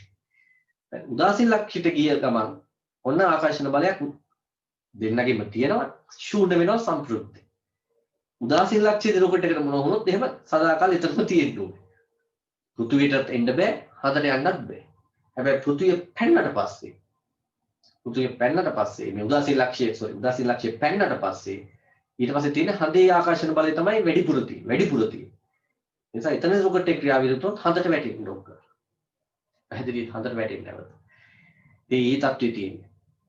පැහැදිලිද? ඒ තත්ත්වය අපිට පැහැදිලි කරගත්තා. ඒකෝට මේ රොකට් එකකින් ඇත්තටම මේ කරන කාර්යයේදී ඔක සැලකිලිමත් වෙන්න ඕනේ නේද? ඔය කොතෙන්ද දක්වාද ඉන්ධන අවශ්‍ය වෙන්නේ කියන කතන්දර. ඊට පස්සේ කොහොමද මේක නැවත අපි ඒ ගොඩ වැසීම් සිද්ධ කරන්න කියන කාරණා. හරි අපි මේක ලියාගත්තා. එතකොට අපි ලියන්න ඕන උදාසීන ලක්ෂ්‍ය මත ස්කන්ධයක් තිබ්බොත් ඒක මත බලයක් ශූන්‍ය වෙනවා. හරි ඒක ලියන්න උදාසීන ලක්ෂ්‍ය මත ස්කන්ධයක් තිබූ විට ඒ මත බලයද ශූන්‍ය වෙනවා. උදාසීන ලක්ෂ්‍ය මත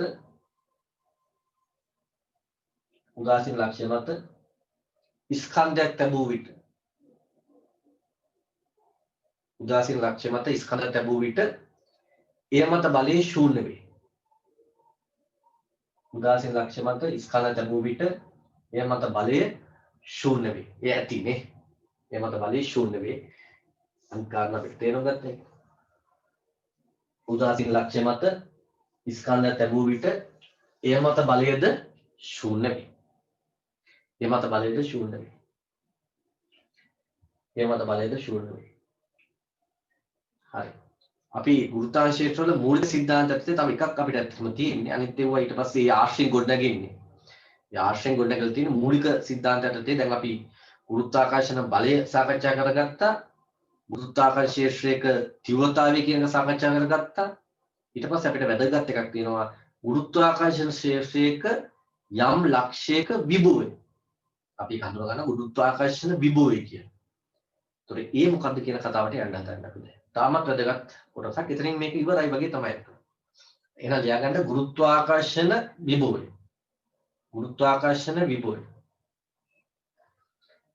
ගුරුත්වාකර්ෂණ ක්ෂේත්‍රයක විභවය කියවත් කමක් නැහැ. ගුරුත්වාකර්ෂණ විභවය.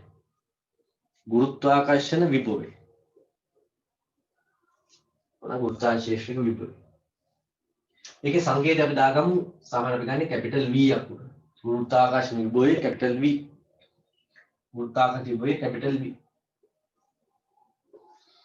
ගුරුත්වාකර්ෂණ විභවය කැපිටල් V කියන එක. හරි. ඔය කතාව කියන්නේ ගුරුත්වාකර්ෂණ විභවයේ පොටෙන්ෂල් එක. දැන් අපි සාමාන්‍යයෙන් කියනවනේ පොටෙන්ෂල් එක කියලා එකක්. අපි කියන්නේ මේ ඕනෙම මිනිහෙකුට යම් විභවයක් තියෙනවා. ඒකට අපි මේ විභවය හඳුනා ගන්න ඕනේ කියලා අපි කියන්නේ යම් ශක්තියක් තියෙනවා යම් වැඩක් කරන්න. පැහැදිලිද? ඔය කටි ගත්තත් ඔය කට්ටියට යම් විභවයක් තියෙනවා අධ්‍යාපනය සඳහා. පැහැදිලිද? ඒ විභවය අපි හඳුනා ගන්න ඕනේ කියලා අපි කියනවා. මේ විභවය පාවිච්චි කරන්න. පැහැදිලිද? මෙතන කියන්නේ මේ ශක්තිය කියන අදහස තමයි තියෙන්නේ. විභවය කියන කතාවේදී ගුරුත්වාකර්ෂණ ක්ෂේත්‍රය භෞතික විද්‍යාව පැත්තට ගියොත් එහෙම ගුරුත්වාකර්ෂණ ක්ෂේත්‍රයේ විභවය කියන කතාව ගත්තාම අපි ඒක අර්ථකීමට ගියොත් එහෙම අර්ථකීමට අනුව නම් ගුරුත්වාකර්ෂණ ක්ෂේත්‍රයේ විභවය කියලා කියන්නේ යම් ලක්ෂයකයි අපි මේ කතාව දක්වන්නේ. අනන්තයේ සිට එම ලක්ෂය දක්වා ඒකක ස්කන්ධයක් රැගෙනීමට කළ යුතු කාර්ය. අනන්තයේ සිට එම ලක්ෂ්‍ය දක්වා ඒකක ස්කන්ධය රැගෙන යාමට කළ යුතු කාර්යය තමයි අපි හඳුනගන්නේ එම ලක්ෂ්‍යයේ ගුරුත්වාකර්ෂණ විභවය කියලා. ගුරුත්වාකර්ෂණ විභවය කියලා. මෙහෙම එකක් අර්ථ දක්වන්න හේතුව අර මම කිව්වා වගේ මේ ශක්තියින් තියෙනවා ගුරුත්වාකර්ෂණ ශේෂ්ත්‍රය තුළ පීඨීම හේතු කොටගෙන ස්කන්ධයට හම්බෙච්ච. ගුරුත්වාකර්ෂණ ශේෂ්ත්‍රය තුළ පීඨීම හේතු කොටගෙන ස්කන්ධයන්ට ශක්තිය හිමි වෙලා තියෙනවා. ඒක අපි දන්නවනේ. දැන් හිතන්නකෝ පොල් ගෙඩියක් ගත්තාම මේ පොල් ගෙඩියේ තියෙන ගුරුත්වාකර්ෂණ ශේෂ්ත්‍රයක් තුළ එහෙම නැත්නම් අයින් කරමුකෝ අපි ගුරුත්වාකර්ෂණ ශේෂ්ත්‍රය කියන්නේ පොල් ගෙඩියක් අපි දන්නවා නැට්ටින් ගිරුණාට පස්සේ මේක වැටෙනවා. වැටෙද්දී අපි දන්නවා මෙතනින් මේක චාලක ශක්තිය ලැබෙනවා. ඒක ඇල්ලුවොත් එහෙම අපි ඇල්ලුවොත් එහෙම අපි අතේ එතන ශබ්ද ශක්තියක් එනවා, තාප ශක්තියකුත් එනවා. පැහැදිලිද? ඒක අතට වැටලා අතත් චලිත වෙනවා. මේ ශක්තිය වලට පරිවර්තනය වෙනවා. එහෙනම් පොල් ගෙඩියට තිබ්බා ශක්තියක් ඒක තමයි පරිවර්තන වෙන්නේ වෙනස් ශක්තිය වලට. ඒ ශක්තිය චාලක ශක්තිය. ඒ චාලක ශක්තිය ලැබුණේ කොහොමද කියලා බැලුවාම එතනත් එහෙනම් පොල් ගෙඩිය තිබ්බ වෙලාවෙ උඩ තිබ්බ වෙලාවෙ යා සතුව යම් ශක්තියක් තිබිලා තියෙනවා. ඒ ශක්තිය තමයි ශක්ති පරිණාමණය කියන කතන්දරය යටතේ අර චාලක ශක්තිය බවට පත් වෙන්නේ. ඒ චාලක ශක්තිය තමයි වෙනස් ශක්තිය බවට පත් වෙන්නේ. ඔලු වෙනොත් එහෙම ටොප් ගන්න අපි මත අපි ඔලුව මත කාර්යයක් කරනවා. ඒතකොට එහෙනම් තිබිලා තියෙනවා ශක්තියක්.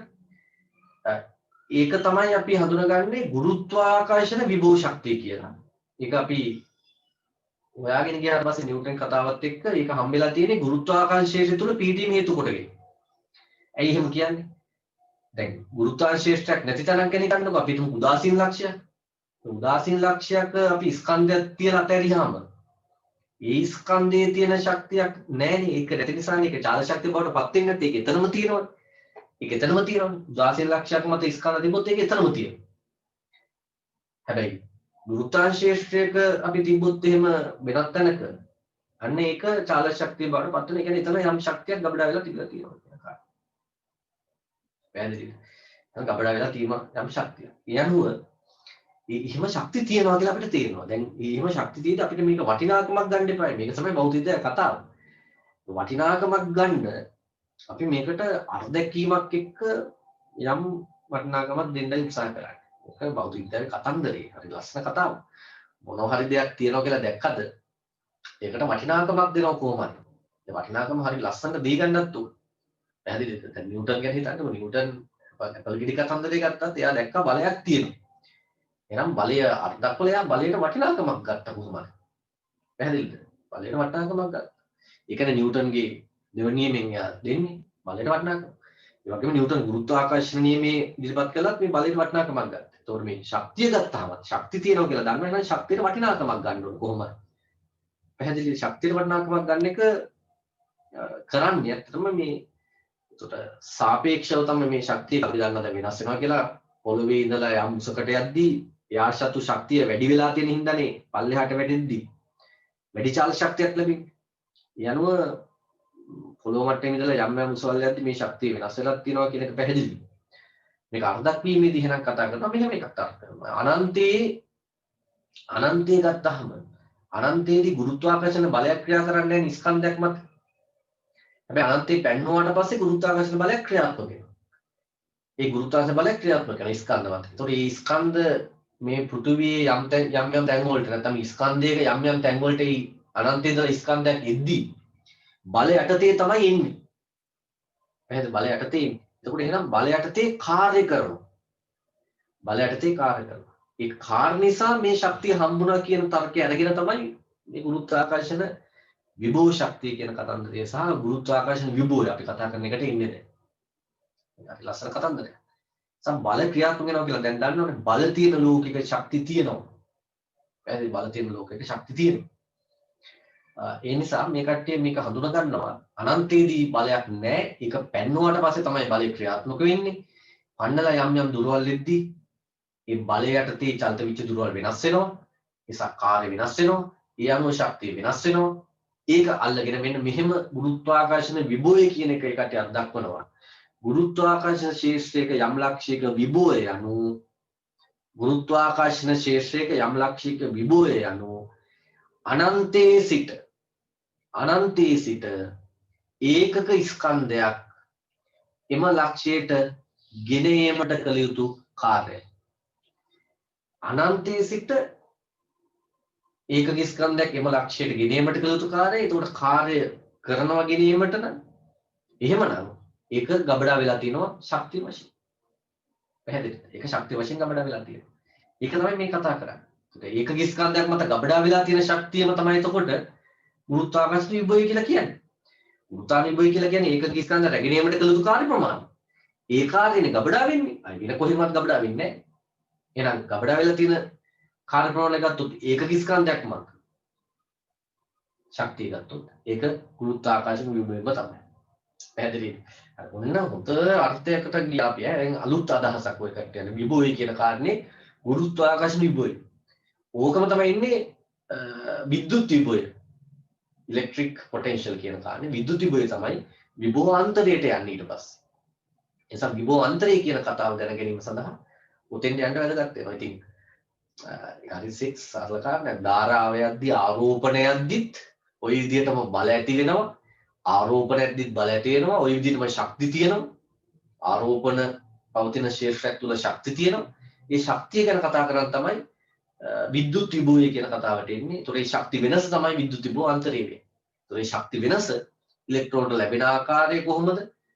ඒකත් එක්ක ඉලෙක්ට්‍රෝන වල ධාරාව කියන කාරණේ මේකේ ධාරාව කියන කතන්දරේ ධාරා විද්‍යුතයේදී අපි කොහොමද යන්නේ කියන කතන්දරේට අපි ඉස්සරහට හරි සරල සම්බන්ධයක් තියෙනවා මේ අතර. පැහැදිලිද? එහෙනම් ලියාගමු.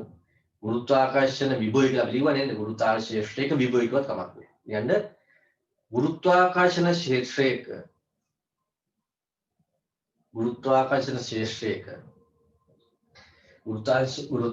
ශේෂ්ත්‍රයක යම් ලක්ෂයක විභවය යනු ගුරුත්වාකර්ෂණ ශේෂ්ත්‍රයක යම් ලක්ෂයක විභවය යනු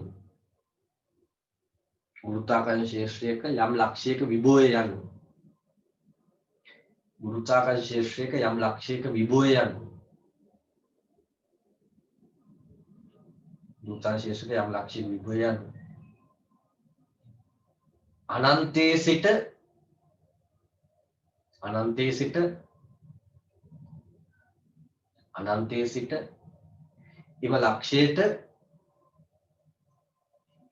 අනන්තයේ සිට එම ලක්ෂයට ඒකක ස්කන්ධයක් රැගෙන යාමට කළ යුතු කාර්ය ප්‍රමාණය. අනන්තයේ සිට එම ලක්ෂයට ඒකක ස්කන්ධයක් රැගෙන යාමට කළ යුතු කාර්යය. නැත්නම් කාර්ය ප්‍රමාණය. අනන්ත සිට එම ලක්ෂයට ඒකක ස්කන්ධයක් රැගෙන යාමට කළ යුතු කාර්යය.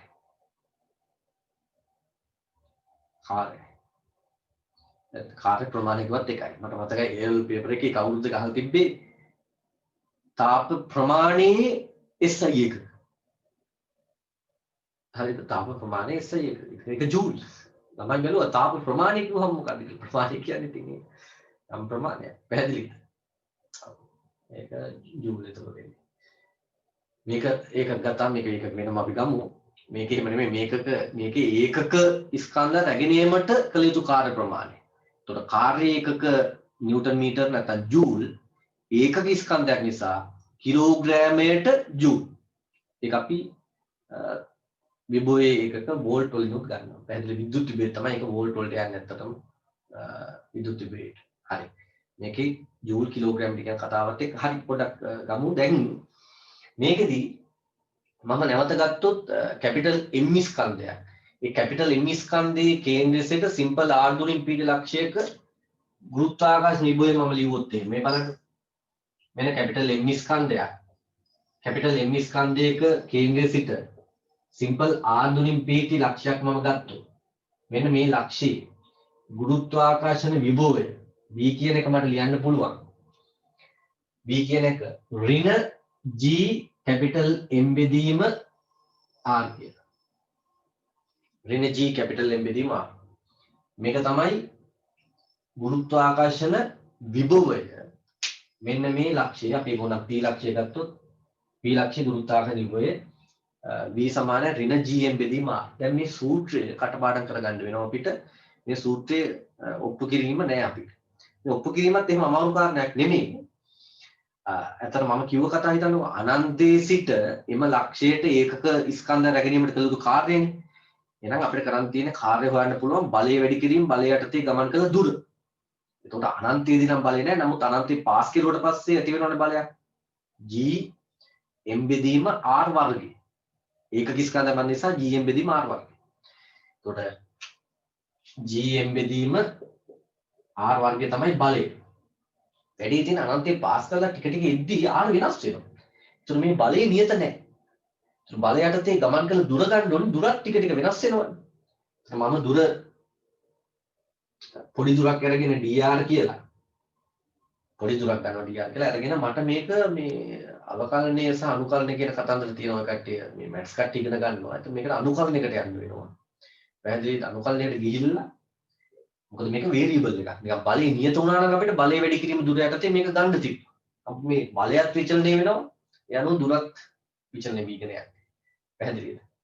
එතකොට දුර විචලනය වුණාට දුර අවසාන ගත්තාම දුර මේ තගයක් වෙනවා. ඒ ගමන් කළ දුර කියන කාරණා.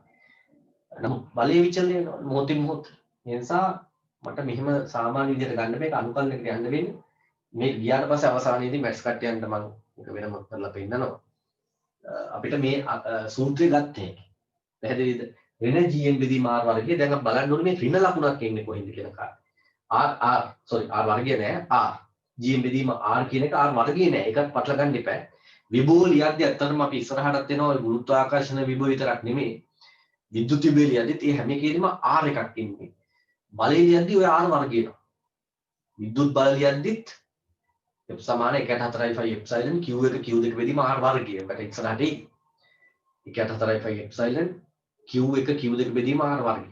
ඒ ගුරුත්වාකර්ෂණ බලය මේ විද්‍යුත් බලය විද්‍යුත් විභව ලියද්දිත් එනවා 1/4 එප්සයිලන් Q බෙදීම R කියන එක ඉන්නේ. R එක. වර්ගය ඉන්නේ නැහැ විභවයට. පැහැදිලිද? ඒක මම ළමයිට කියන්නේ නිකන් පටල ගන්න එපා. අර ඕනනම් බලය කියන්නේ GM බෙදීම R වර්ගය එක ස්කන්ධයක් මත ඒක වැඩි කරනවානේ දුරෙක් R වලින් එහෙම හිතන්න කියලා මම කියන R කැපිලා ගිහලා එක R එකයි එන්නේ කියලා හිතන්න කියලා. එහෙම කියන්න බෑ නිකන් සරලව. අමුත් ඒ අදහසක් ගත්තට කමක් නැහැ. ඒ කියන්නේ බලය වරක් දුරනේ කාර්ය කියලා කියන්නේ. ඒකට විභවයත් එහෙමනේ යන්නේ. එක දුරකින් වැඩි වුණාම එක R එකයි එන්නේ කියලා ඔළුවේ තියාගන්න. ඒක පටල ගන්න එපා. විභවයට හැම වෙලෙම ඉන්නේ එක R එකයි V සමානයි ඍණ GM බෙදීම R. පැහැදිලිද? මේ කියන්නේ කටපාඩම් කරන්න කියන්නේ ඇයි කියලා. ඉතින් මේක ඇත්තටම ඔප්පු කිරීම තිබ්බනම් හොඳයි සිලබස් එකේ. වැඩි තියෙන අර මැත්ස් කට්ටියන්ගෙන් උගන්වන්නේ මේ අනුකලනය, අවකලනය සම අනුකලනය. ඒකට බයෝ ළමයිට මේක ගන්න බෑ. ඒකයි. ඒ කට්ටිය ඉන්නේ හින්දා මෙතන මේක අපිට කටපාඩමට යන්න වෙනවා. පැහැදිලිනේ? හරි. එහෙනම් ලියා ගන්න මෙහෙම යටින් කැපිටල් M ස්කන්ධයක කේන්ද්‍රයේ සිට කැපිටල් M ස්කන්ධයක කේන්ද්‍රයේ සිට කැපිටල් M ස්කන්ධයක කේන්ද්‍රයේ සිට කැපිටල් M ස්කන්ධයක කේන්ද්‍රයේ සිට කැපිටල් M ස්කන්ධයක කේන්ද්‍රයේ සිට සිම්පල් R දුරින් පිහිටි ලක්ෂයක සිම්පල් R දුරින් පිහිටි ලක්ෂයක කැපිටල් M ස්කන්ධයක කේන්ද්‍රයේ සිට සිම්පල් R දුරින් පිහිටි ලක්ෂයක ගුරුත්වාකර්ෂණ විභවය V නම් කැපිටල් V නම් කැපිටල් M ස්කන්ධයක කේන්ද්‍රයේ සිට කැපිටල් M ස්කන්ධයක කේන්ද්‍රයේ සිට සිම්පල් R දුරින් පිහිටි ලක්ෂයක ගුරුත්වාකර්ෂණ විභවය කැපිටල් V නම් මෙන්න මේක ඇඳලා මේකත් ගන්න.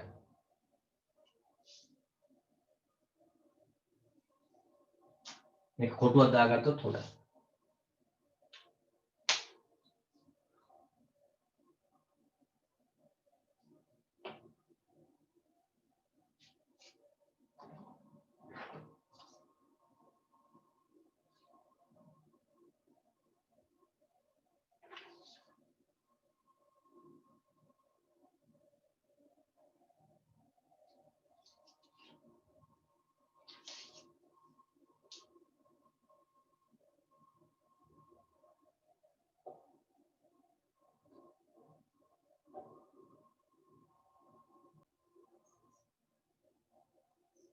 හරි දැන් මේකෙන් අපිට වැදගත් කාරණා ටිකක් කතා කරන්න පුළුවන්.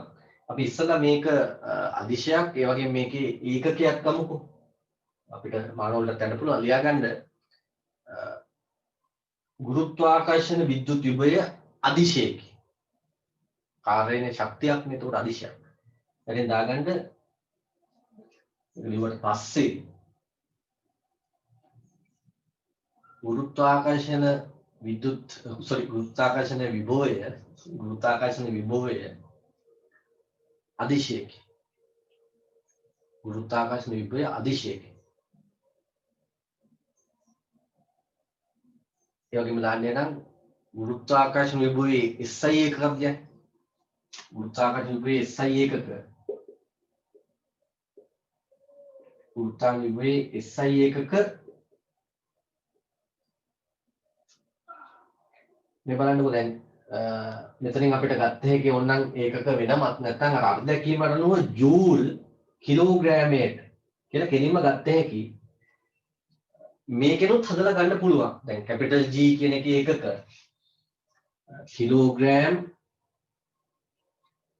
අපිට කැපිටල් G වල එක ගමු අපි නිව්ටන් m වර්ගය kg ඍණ 2නේ. මෙතන kg එකක් එනවා. ඒකට එනවා මෙතන m එකක්. පැහැදිලිද? මේක හරිනේ. ඒකට අපිට ගත්තොත් මෙතන m එකක් කැපිලා යනවා. මේකට kg ඒතර ඍණ එකක් එන්නේ. මෙන්න බලන්න මෙතන එන්නේ නිව්ටන් කිලෝග්‍රෑමයට. නිව්ටන් කිලෝග්‍රෑමයට ඒ වගේම m වෙනවා. දැන් නිව්ටන් මීටර කියන්නේ ජූල්. නිව්ටන් මීටර කියන්නේ ජූල්.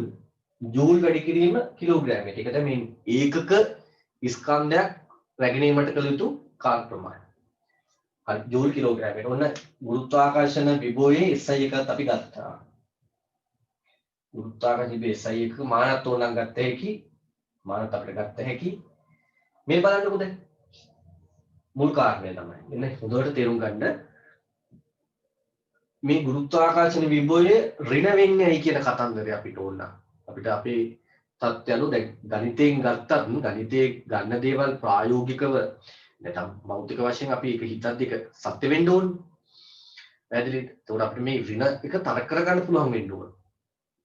ඍණ එක තරක කරගන්න පුළුවන් වෙන්න ඕන. ගණිතයෙන් තමයි එන්නේ. ගණිතයෙන් බලය වැඩි කිරීම බලයට තේ දුරාවට පස්සේ අනුකරණය කරලා මේ සූත්‍රයේ ඍණ ලකුණක් එනවා. හැබැයි ඍණ ලකුණට අපි වග කියන්න ඕන. භෞතික විද්‍යාඥ වශයෙන් අපි ඒක දැනගන්න ඕනේ ඍණ. ඍණ ලකුණක් කියන්නේ මෙහෙම පොඩ්ඩක් කල්පනා කරපන් දැන් අනන්තයේ තියෙද්දි ඒකක ස්කන්ධය මත බලයක් නැහැ ගුරුත්වාකර්ෂණ බලයක්. හැබැයි අනන්තේ පොඩ්ඩක් පහු කෙරුවා. අනන්තේ මදක් පසු ගියුවා. කෙනෙක් අහයි අනන්තේ පොඩ්ඩක් පහු කෙරුවා මොකද්ද කියලා. එහෙම තමයි. අනන්තේ පොඩ්ඩක් අපි පන්නනවා.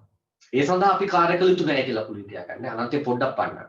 අනන්තේ පොඩ්ඩක් පෙන්නුවට පස්සේ ඒකක ස්කන්ධය මත තියෙන්නේ මේ කැපිටල් M ස්කන්ධයෙන් ආකර්ෂණ බලය. ඒකක ස්කන්ධය මත ආකර්ෂණ බලයක් තියෙනවා. එතකොට අපි කාර්ය කළ යුතුද? නැහැ. මේ ගුරුත්වාකර්ෂණ බලයෙන්ම කාර්ය කරලා අර ඒකක ස්කන්ධය මෙතෙන් ඇදලා ගන්නවා. හරිද?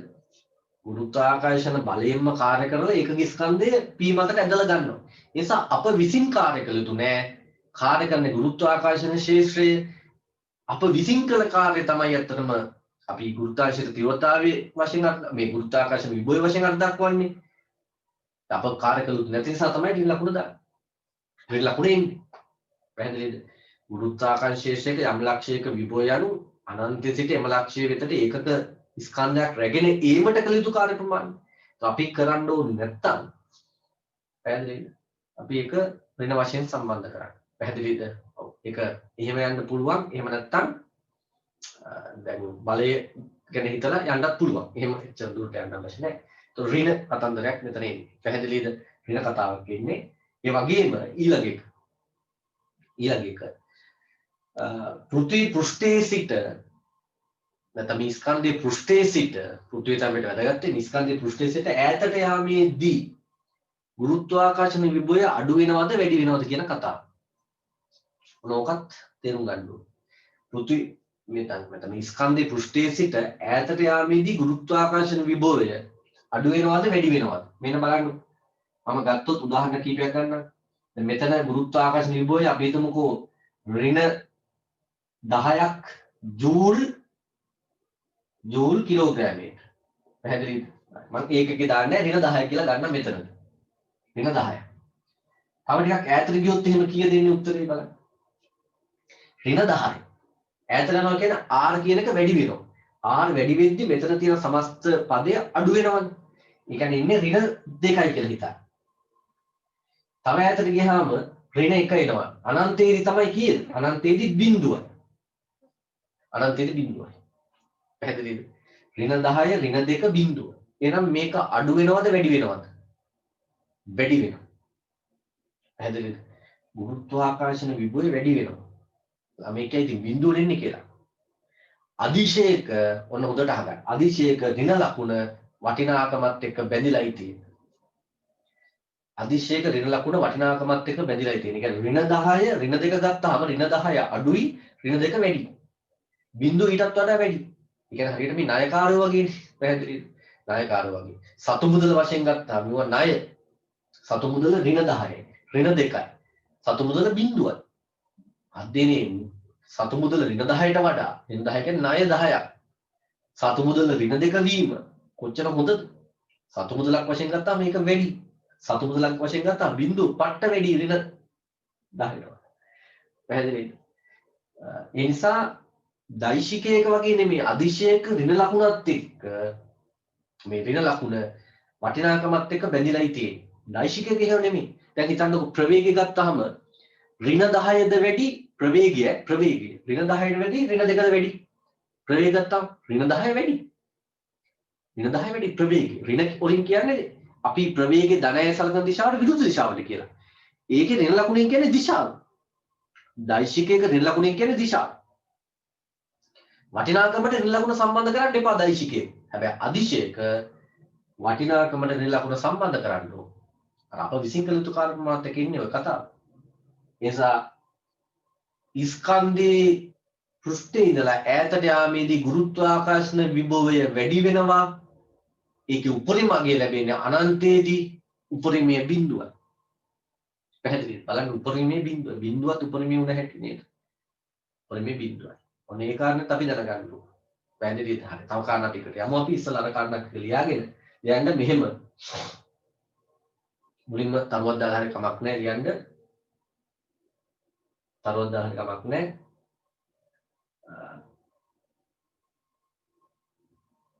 ඒකක ස්කන්ධය කිලෝග්‍රෑම් එක කියන්නේ ඒකක ස්කන්ධය. ඒකක ස්කන්ධය අනන්තයේ පවතින විට ඒකක ස්කන්ධය අනන්තයේ පවතින විට ඒකක ස්කන්ධය අනන්තයේ පවතින විට ඒ මත ගුරුත්වාකර්ෂණ බලයක් ක්‍රියා නොකරයි.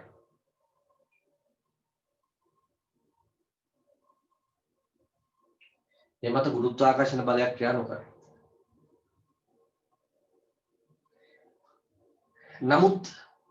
නමුත්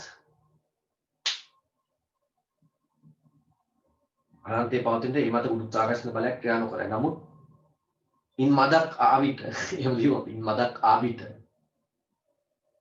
ඒ මදක් එන්න කරන කාර්ය නොසලකා හරිනවා. ඉන් මදක් ආවිත ඕන දන්න ඒ සඳහා කරන කාර්ය නොසලකා හැරී කියලා. ඉන් මදක් ආවිත කියලා වරන් දන්න මේ සඳහා කරන කාර්ය නොසලකා හැරී. මේ සඳහා කරන කාර්ය නොසලකා හැරී. ඉන් මදක් ආවිත නමුත් ඉන් මදක් ආවිත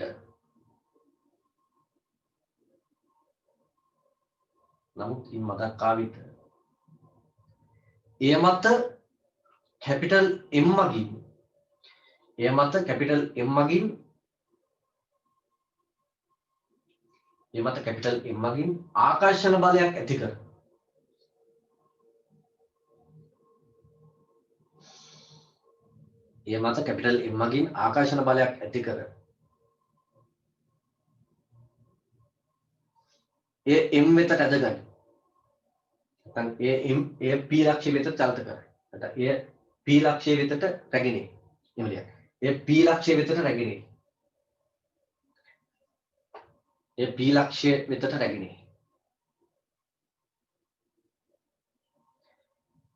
එය P ලක්ෂ්‍ය වෙතට රැගෙනේ. ඒ අනුව ඒ p ලක්ෂ්‍ය විතර රැගෙන. ඒ අනුව මෙහිදී සැබවින්ම කාර්ය කරන්නේ. ඒ අනුව මෙහිදී සැබවින්ම කාර්ය කරන්නේ. ඒ අනුව මෙහිදී සැබවින්ම කාර්ය කරන්නේ. අප විසින් නොව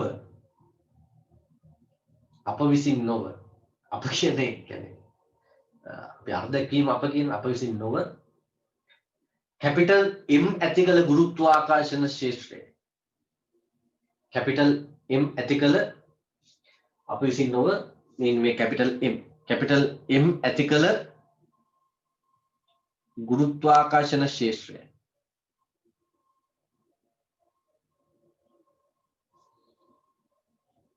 අප විසින් නොව කැපිටල් M මෙහිදී කාර්ය කරන්නේ ඉබ්‍රහීම් සත්ත්වයෙන් මෙහිදී කාර්ය කරන්නේ කැපිටල් M ඇති කළ ගුරුත්වාකර්ෂණ ක්ෂේත්‍රය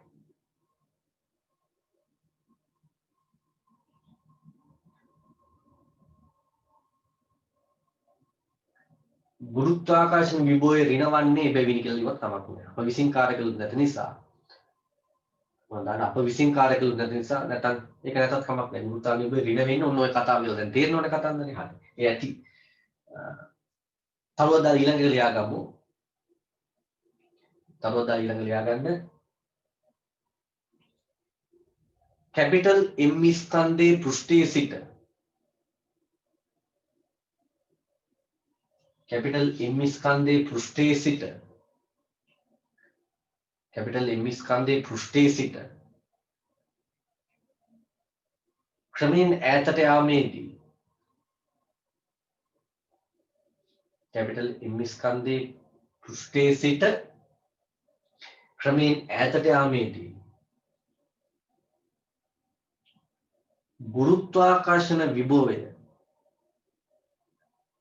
ගුරුත්වාකර්ෂණ විභවය වැඩි වේ. ගුරුත්වාකර්ෂණ විභවය වැඩි වේ. කැපිටල් M ස්කන්ධයේ පෘෂ්ඨයේ සිට ක්‍රමයෙන් ඈතට යාමේදී කැපිටල් M ස්කන්ධයේ පෘෂ්ඨයේ සිට ක්‍රමයෙන් ඈතට යාමේදී ගුරුත්වාකර්ෂණ විභවය වැඩි වේ. අනන්තයේදී ගුරුත්වාකර්ෂණ විභවය ක්‍රමයෙන් වැඩි වේ. අනන්තයේදී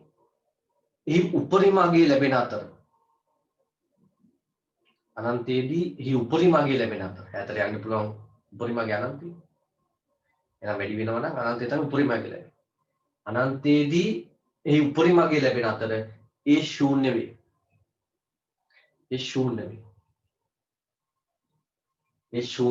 ඒක උපරිමේ ශූන්‍ය. ගුරුත්වාකර්ෂණ විභවයේ උපරිමේ කීයද? ශූන්‍ය. ගුරුත්වාකර්ෂණ විභවයේ උපරිමේ අගය ලැබෙන අතර ඒ ශූන්‍ය වේ. පැහැදිලිද? ගුරුත්වාකර්ෂණ විභවයේ උපරිමේ ලැබෙන අතර ඒ ශූන්‍ය වේ. ඔය කිව්වට දැන් ඕක නැවත කරන්නේ ඔක ගැටයන්ට අමතක වෙන්න පුළුවන්. නැවත මේ ආපහු කරද්දී නිසා මෙන්න මේ කතාව තමයි ඔක තේරුම් ගන්න ඕනේ නේද?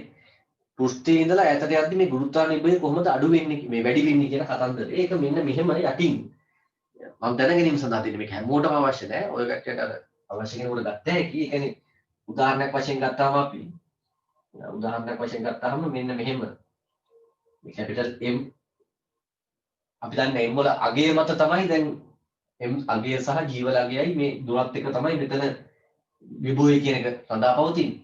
GM වෙදී මාර්ක්නේ. අපි හිතමු උදාහරණයක් වශයෙන් මෙතනදී මේ පොයින්ට් එකේදී අපි හිතමු 100ක් කියලා 100ක් ජූල් කිලෝග්‍රෑම්. හරිද? හරි. තව ටිකක් මෙහාට ගියාම අපි හිතමුකෝ ඍණ 10ක් ජූල් කිලෝග්‍රෑමයට. එතකොට ඔහොම යනවා. මෙතන ගිහිල්ලා සමහරට ඍණ 2ක් මෙතන. ඍණ 2ක් ජූල් කිලෝග්‍රෑමයට. කොහොම ගිහිල්ලා අනන්තයට ගියාම අනන්තයේදී බිඳුවයි. පැහැදිලිද? එතකොට ඍණ 100 මෙතන ඍණ 100 ඍණ 10 ඍණ 2 බිඳුව. එතකොට මේ පැත්තට විභවය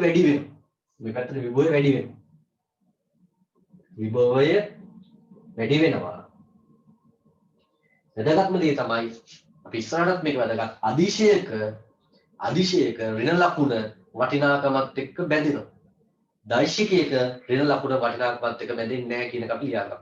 එහෙනම් මේක ලියලා මෙතන යටින් උදාහරණයක් වශයෙන් ලිව්වත් කමක් නැහැ. මේක මේ අවශ්‍ය ළමයිට මම දෙන්නේ. උදාහරණයක් කියලා මේක දාලා ඕනනම් මේක දාගන්නකො එහෙනම්. නැත්තම් පස්සේ ඔබ හිතේ කොහොමද මේක වෙන්නේ කියලා. නැත්තම් හිතනවද? ගියාම ඍණ 10 ඍණ 100 සහ ඍණ 10 ගත්තාම වැඩි අඩු කතන්දර අවුල් වෙන්න පුළුවන්. මේක ගන්න මේ යට එක දාන්න.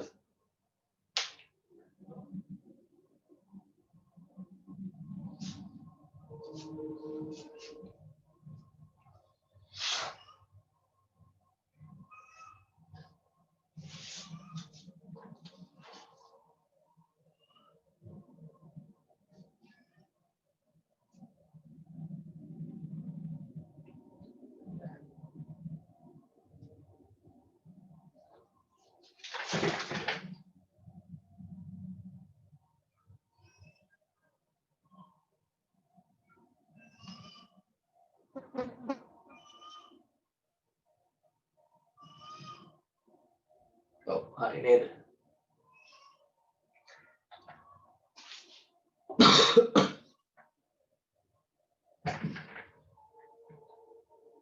මේක දල වශයෙන් අරගත්තා. මේක අර කතා ලියාගමු. මේක මේ අවශ්‍ය කට්ටන මන් දෙන අවශ්‍ය කිව්වට මේව තමයි අත්‍යවශ්‍ය අතර. මේව තමයි පටල ගන්න. මේව ලියන්න අදිශයක මේක අදිශයක් නෙමෙයි. අදිශයක පීඩන වගේ ගත්තත් එහෙම තමයි කියන කාරණා. අදිශයක ඍණ ලකුණ වටිනාකම හා බැඳී පවතී. ඍණ ලකුණ අයින් කළා වටිනාකම ගැන කතා කරන්න එපා. එතකොට ඍණ 100 තමයි අඩු. ඍණ 1000 ඊටත් අඩු. ඍණ 8000 ඊටත් අඩු. වටිනාකම සමග බැඳිලා තියෙන ඍණ ලකුණ අදිශයක. අදිශයක ඍණ ලකුණ වටිනාකම හා බැඳී පවතී.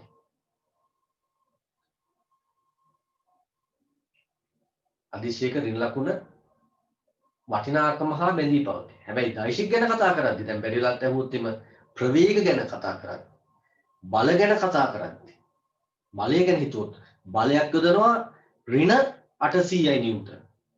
බලයක් යොදනවා ඍණ 20යි නිව්ටන්. වැඩි බලය ඍණ 800. පැහැදිලි. ඍණ ලකුණ කපනවා එතන. ඍණ ලකුණ දිශාව පෙන්වන්න. යන්න දෛශිකයක් සැලකුව විට ඍණ ලකුණ වටිනාකම හා නොබැඳී. දෛශිකයක් සැලකුව විට ඍණ ලකුණ වටිනාකම හා නොබැඳී. يعني ඍණ ලකුණෙන් පෙන්වන්නේ දිශාව කියනත් ඕනලිය. ඍණ ලකුණෙන් දිශාව නිරූපණය වෙනවා. දෛශිකයක් සැලකුව විට ඍණ ලකුණ වටිනාකම හා නොබැඳී. දෛශිකයක් සැලකුව විට ඍණ ලකුණ වටිනාකම හා නොබැඳී. එහිදී ඍණ ලකුණෙන් දිශාව පෙන්වු කරනවා. දිශාව අපිට පෙන්වු කරනවා. එහිදී ඍණ ලකුණෙන් දිශාව නිරූපණය කරයි කියවත් තමයි. එහිදී ඍණ ලකුණෙන් දිශාව නිරූපණය කරනවා. ඍණ ලකුණෙන් දිශාව නිරූපණය කරනවා. හරි නේද? හරි. අපි මේකෙත් graph එකක් ගමු. ප්‍රස්ථාරගත කිරුවාම තමයි විභවය හොඳට පේන්නේ විචලනය කොහොමද කියලා. දැන් අපි දැක්ක ගුරුත්වාකර්ෂණ ශක්තියෝත්තාව විචලනයේ සීග්‍රෙන් අඩු වීගෙන යනවා. සීග්‍රෙන් අඩු වෙන්නේ. ඒකාකාර අඩුවීමක් නෙමෙයි සීග්‍රෙන් අඩු වුණානේ. r වර්ගයෙන් r වර්ග වෙනවා. එතකොට 4 9 16 එහෙම ගුණයකින් තමයි අඩු වෙන්නේ. යට r වර්ගය ගත්තාම 9න් 4න් පංගුවයි 9න් පංගුවයි 16න් පංගුවයි එහෙමනේ යන්නේ. එතකොට 64න් පංගුවයි පැහැදිලිද? 81න් පංගුව එහෙම සීඝ්‍රයෙන් අඩු වෙනවා. මේකත් අපි බැලුවොත් එහෙම. මේකේ කතන්දරයට ගමු. එහෙනම් ලියාගන්න යටින් ලියාගමු ඒකාකාර ඝන ගෝලයක යටින් ලියාගන්න ඒකාකාර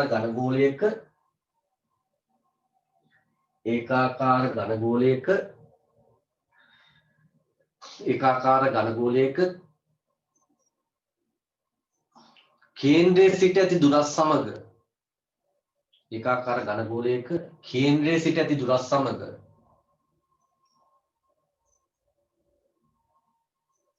ඒකාකාර ඝන ගෝලයක කේන්ද්‍රයේ සිට ඇති දුරස් සමග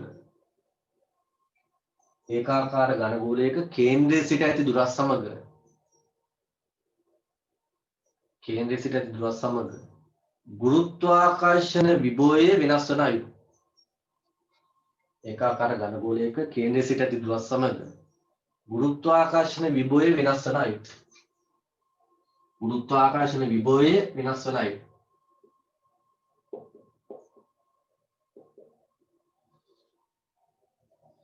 ගුරුත්වාකර්ෂණ විභවය වෙනස් වන අයුරු.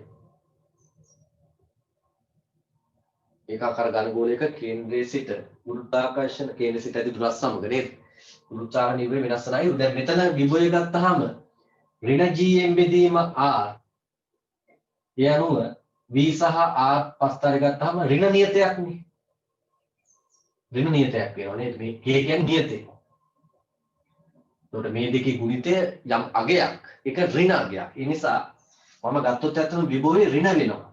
මේ පෘෂ්ඨයේ ඉඳලා මෙහෙට ඒව ලියන්නේ මම. එහෙම ගත්තොත් ඒව ඍණ අගයන් වෙනවා. vr ගුණිතේ නියතයක් කියලා කියන නැවතත් අර pv සමාන නියතයක් ආකාරයෙන් මෙහෙමයි යන්නේ පස්සා. මෙන්න මේ ශීඝ්‍රයෙන් අඩු වෙනවා. මෙතන අරකට වඩා ශීඝ්‍රයෙන් අඩු වීම අඩුයි. මොකද අරගේ r වර්ගයේ මේකේ r. පැහැදිලි. මෙහෙමයි වෙන්නේ ඇත්තටම. මෙන්න මේ ප්‍රදේශය අර ඉස්සලා කිව්වා වගේ මේ ප්‍රදේශයේ විභවය ගැන සූත්‍ර නැහැ අපි ඇත්තට. පැහැදිලි. ඉස්සලා වගේ තමයි ඒක මම අඳින්න යන්නෙත් නැහැ. ඒක දැන් මේ iPad එක නරකත් එක්ක ඒ නිසා ඒක විතරක් යන්නා. ඒකත් අවශ්‍ය නැහැ. මෙහෙමයි වෙනස් වෙන්නේ. මේ තියෙන්නේ VR කියන ගුණිතය ඍණ නියතයක් වෙනවා. ඍණ පැත්ත. එතකොට උඩ කන්නා මේ අක්ෂ පද්ධතිය විභවයේ ධන පැත්ත අවශ්‍ය නැහැ වැඩි. යට තමයි අවශ්‍ය. ඒක ගැන හිතලා යටට වැඩිපුර දාලා මේක ඇඳගත්තා නම් හරි නේ. හරි මේක ගන්න. මේක අනන්තයට ගියාම තමයි බිඳුවට යන්නේ. අනන්තයට ගියාම r අනන්තයේ වෙද්දී නේ. v සමානයි k බෙදීම r අනන්තයේ වෙද්දී v බිඳුවට යනවා. අනිත් පැත්තට කතා කරන්න බෑ මේ පැත්ත. හරි එහෙනම් ඔක ඇඳගන්න. මේ රූපය ඇඳලා මේක ගන්න.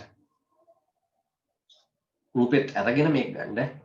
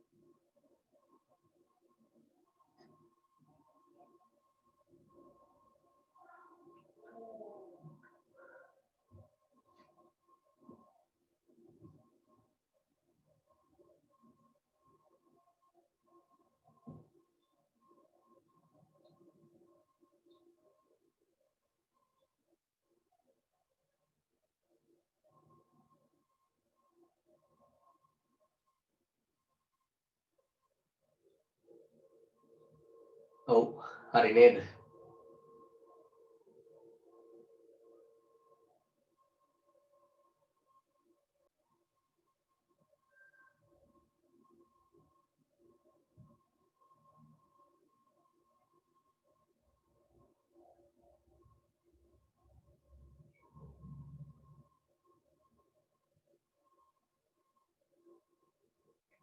ඒ ටික පැහැදිලි එතකොට අපිට මේ පස්තර හොඳට ඔලිය තියාගන්න. ඒවා කෙලින්ම A level paper එක ගහනවා. අපිට දැන් තව පොඩි කොටසක් කරලා අපිට පුළුවන් යන්න මේ පාර A level paper එකේ බහුවට ප්‍රශ්න දෙකටම 2020 A level paper එකේ. අපි මේකෙම තව ටිකක් ගත්තොත් එහෙම මෙතනම තව ටිකක් තියෙන නිසා අපි ඒකත් මෙතනම ඉවර කරගමු. ගුරුත්වාකර්ෂණ විභවය කියන එක අපි ගත්තා. විභව ශක්තියට අපි යමු. විභවය කියන්නේ ඒකක ස්කන්ධයක් අනන්තයට රැගෙනීමට කළ යුතු කාර්ය ප්‍රමාණය. ඒතකොට විභව ශක්තිය වෙන්නේ අපි m ස්කන්ධයක් රැගෙන ආවොත් එහෙම. එයාගේ ශක්තිය ගබඩා වෙනවනේ. එයාටත් කාර්යයක් කරන්න ඕනි. එයාගේ ශක්තිය ගබඩා වෙනවා. ඒතකොට ඒක තමයි අපි ගුරුත්වාකර්ෂණ විභව ශක්තිය කියලා ගන්නේ. ශක්තිය කියද්දී ඒකක ස්කන්ධයකට නෙමෙයි. මේ සමස්ත වස්තු ස්කන්ධයකට. ඒ පොඩි වෙනසක් තියෙන එතකොට. ඒතකොට එක ස්කන්ධයක සඳහා කළ යුතු කාර්යය මෙච්චර නම් සිම්පල් m ස්කන්ධයකට මේ වගේ m ගුණයක් කරන්න ඕනේ නේ. එතකොට ඒ ප්‍රමාණය තමයි යාගේ ගබඩා වෙලා තියෙන්නේ. එතකොට ගබඩා වෙලා තියෙන විභව ශක්තිය වශයෙන් තමයි අපි ඒක හඳුනගන්නේ. පැහැදිලිද? විභවය කිව්වහම අපි ඒක ගබඩා වෙලා තියෙන ශක්තිය පැත්තට වඩා අර කළ යුතු කාර්ය ප්‍රමාණය පැත්තෙන් කතා කරන්නේ. ශක්තිය කතා කරුවාම ඒකම තමයි m ස්කන්ධයක් සඳහා ගබඩා වෙලා තියෙන පැත්තෙන් කතා කරන්නේ. එහෙනම් යටින් පොඩි මාතෘකාවක් දාගන්න. ගුරුත්වාකර්ෂණ විභව ශක්තිය. ගුරුත්වාකර්ෂණ විභව ශක්තිය. गुरुत्वाकर्षण विभव शक्ति. गुरुत्वाकर्षण विभव शक्ति. गुरुत्वाकर्षण विभव शक्ति. गुरुत्वाकर्षण विभव शक्ति. හරි. ඒ යටතේ ලියාගන්න गुरुत्वाकर्षण विभव शक्ति යටතේ ලියාගන්න गुरुत्वाकर्षण विभव शक्ति. ඒ යටතේ ලියාගන්න වස්තුවක් වස්තුවක් ගුරුත්වාකර්ෂණ ශේෂ්ඨයක් තුල පිහිටීම හේතු කොටගෙන වස්තුවක් ගුරුත්වාකර්ෂණ ශේෂ්ඨයක් තුල පිහිටීම හේතු කොටගෙන වස්තුවක් ගුරුත්වාකර්ෂණ ශේෂ්ඨයක් තුල පිහිටීම හේතු කොටගෙන ඊට හිමිවන ශක්තිය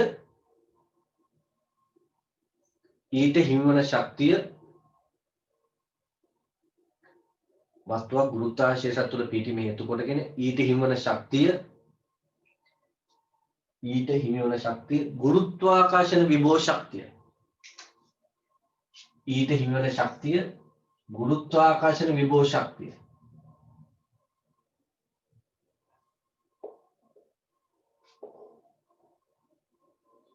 ගුරුත්වාකර්ෂණ විභව ශක්තිය. ගුරුත්වාකර්ෂණ විභව ශක්තිය. මෙන්න අහගන්න එහෙනම් කතාව. එහෙනම් කැපිටල් M ස්කන්ධයේ කේන්ද්‍රයේ ඉඳලා සිම්පල් R වලින් අපි සිම්පල් M ස්කන්ධයක් තිබ්බොත් එයාට හම්බෙලා තියෙනවා ගුරුත්වාකර්ෂණ විභව ශක්තියක්.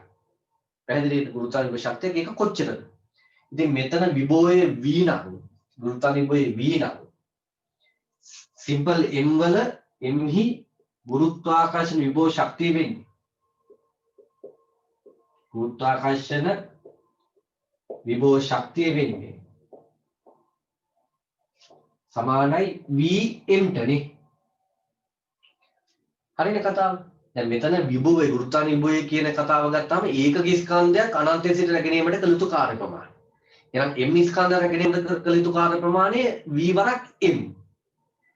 ඒ කාර්යය තමයි මෙයාගේ ගබඩා වෙලා තියෙන්නේ. එහෙනම් ගබඩා වෙලා තියෙන ගුරුත්වාකර්ෂණ විභව ශක්තිය කීයද? Vm.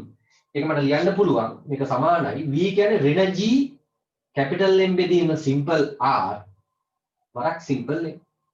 මෙන්න ගුරුත්වාකර්ෂණ විභව ශක්තිය. පැහැදිලිද? හරි. ලියන්න. දැන් ලියන්න. ඒ අනුව ගුරුත්වාකර්ෂණ විභවය කැපිටල් V වන ලක්ෂයක.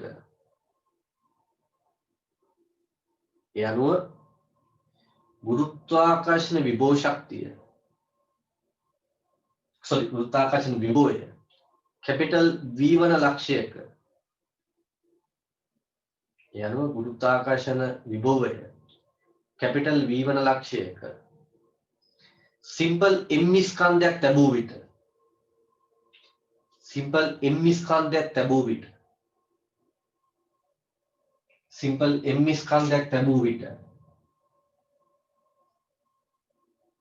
සිම්පල් M ස්කන්ධයක් ලැබුව විට මේක ඇඳගත්තා නම් හරි.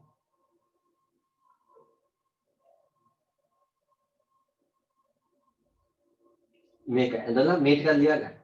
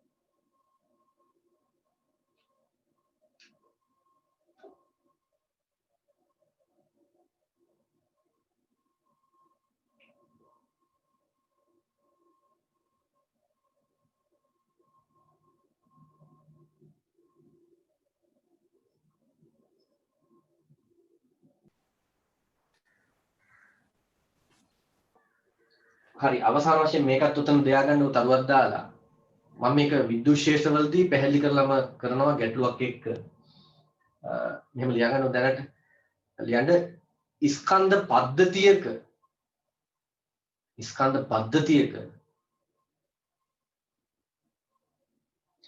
ස්කන්ධ පද්ධතියක ගුරුත්වාකර්ෂණ විභව ශක්තිය සීමට අවශ්‍ය විට ස්කන්ධ පද්ධතියක ගුරුත්වාකර්ෂණ විභව ශක්තිය සීමට අවශ්‍ය විට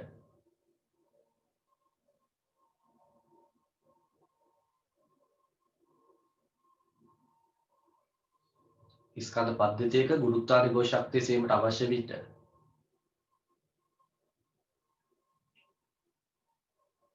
ස්කන්ධ පද්ධතියක ගුරුත්වාකර්ෂණ විභව ශක්තිය සීමට අවශ්‍ය විට එතනදී මුලින්ම එක ස්කන්ධයක් කියන ඊළඟට අනිත් ස්කන්ධය ඒක අපි ලියන්න වෙන්නේ එක් එක් ස්කන්ධය පිළිවෙලින් ගෙනීමට එක් ස්කන්ධය එහෙම ලියමු පිළිවෙලින් ගෙනීමට අපි උදාහරණයකින් බලමු එක් ස්කන්ධේ පිළිවෙලින් ගෙනීමට එක් ස්කන්ධේ පිළිවෙලින් ගෙනීමට කළ යුතු කාර්ය එක් ස්කන්ධේ පිළිවෙලින් ගෙනීමට කළ යුතු කාර්ය ලියා ඒවායේ එකතුව ගත යුතුයි. ඒකක් ගන්න බීජ එකතු. කළ යුතු කාර්ය ලියා ඒවායේ එකතුව ගත යුතුයි.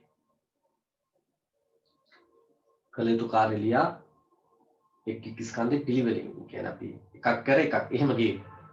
කළ යුතු කාර්ය ලියා ඒවායේ එකතුව ගත යුතුයි. පැහැදිලිනේ?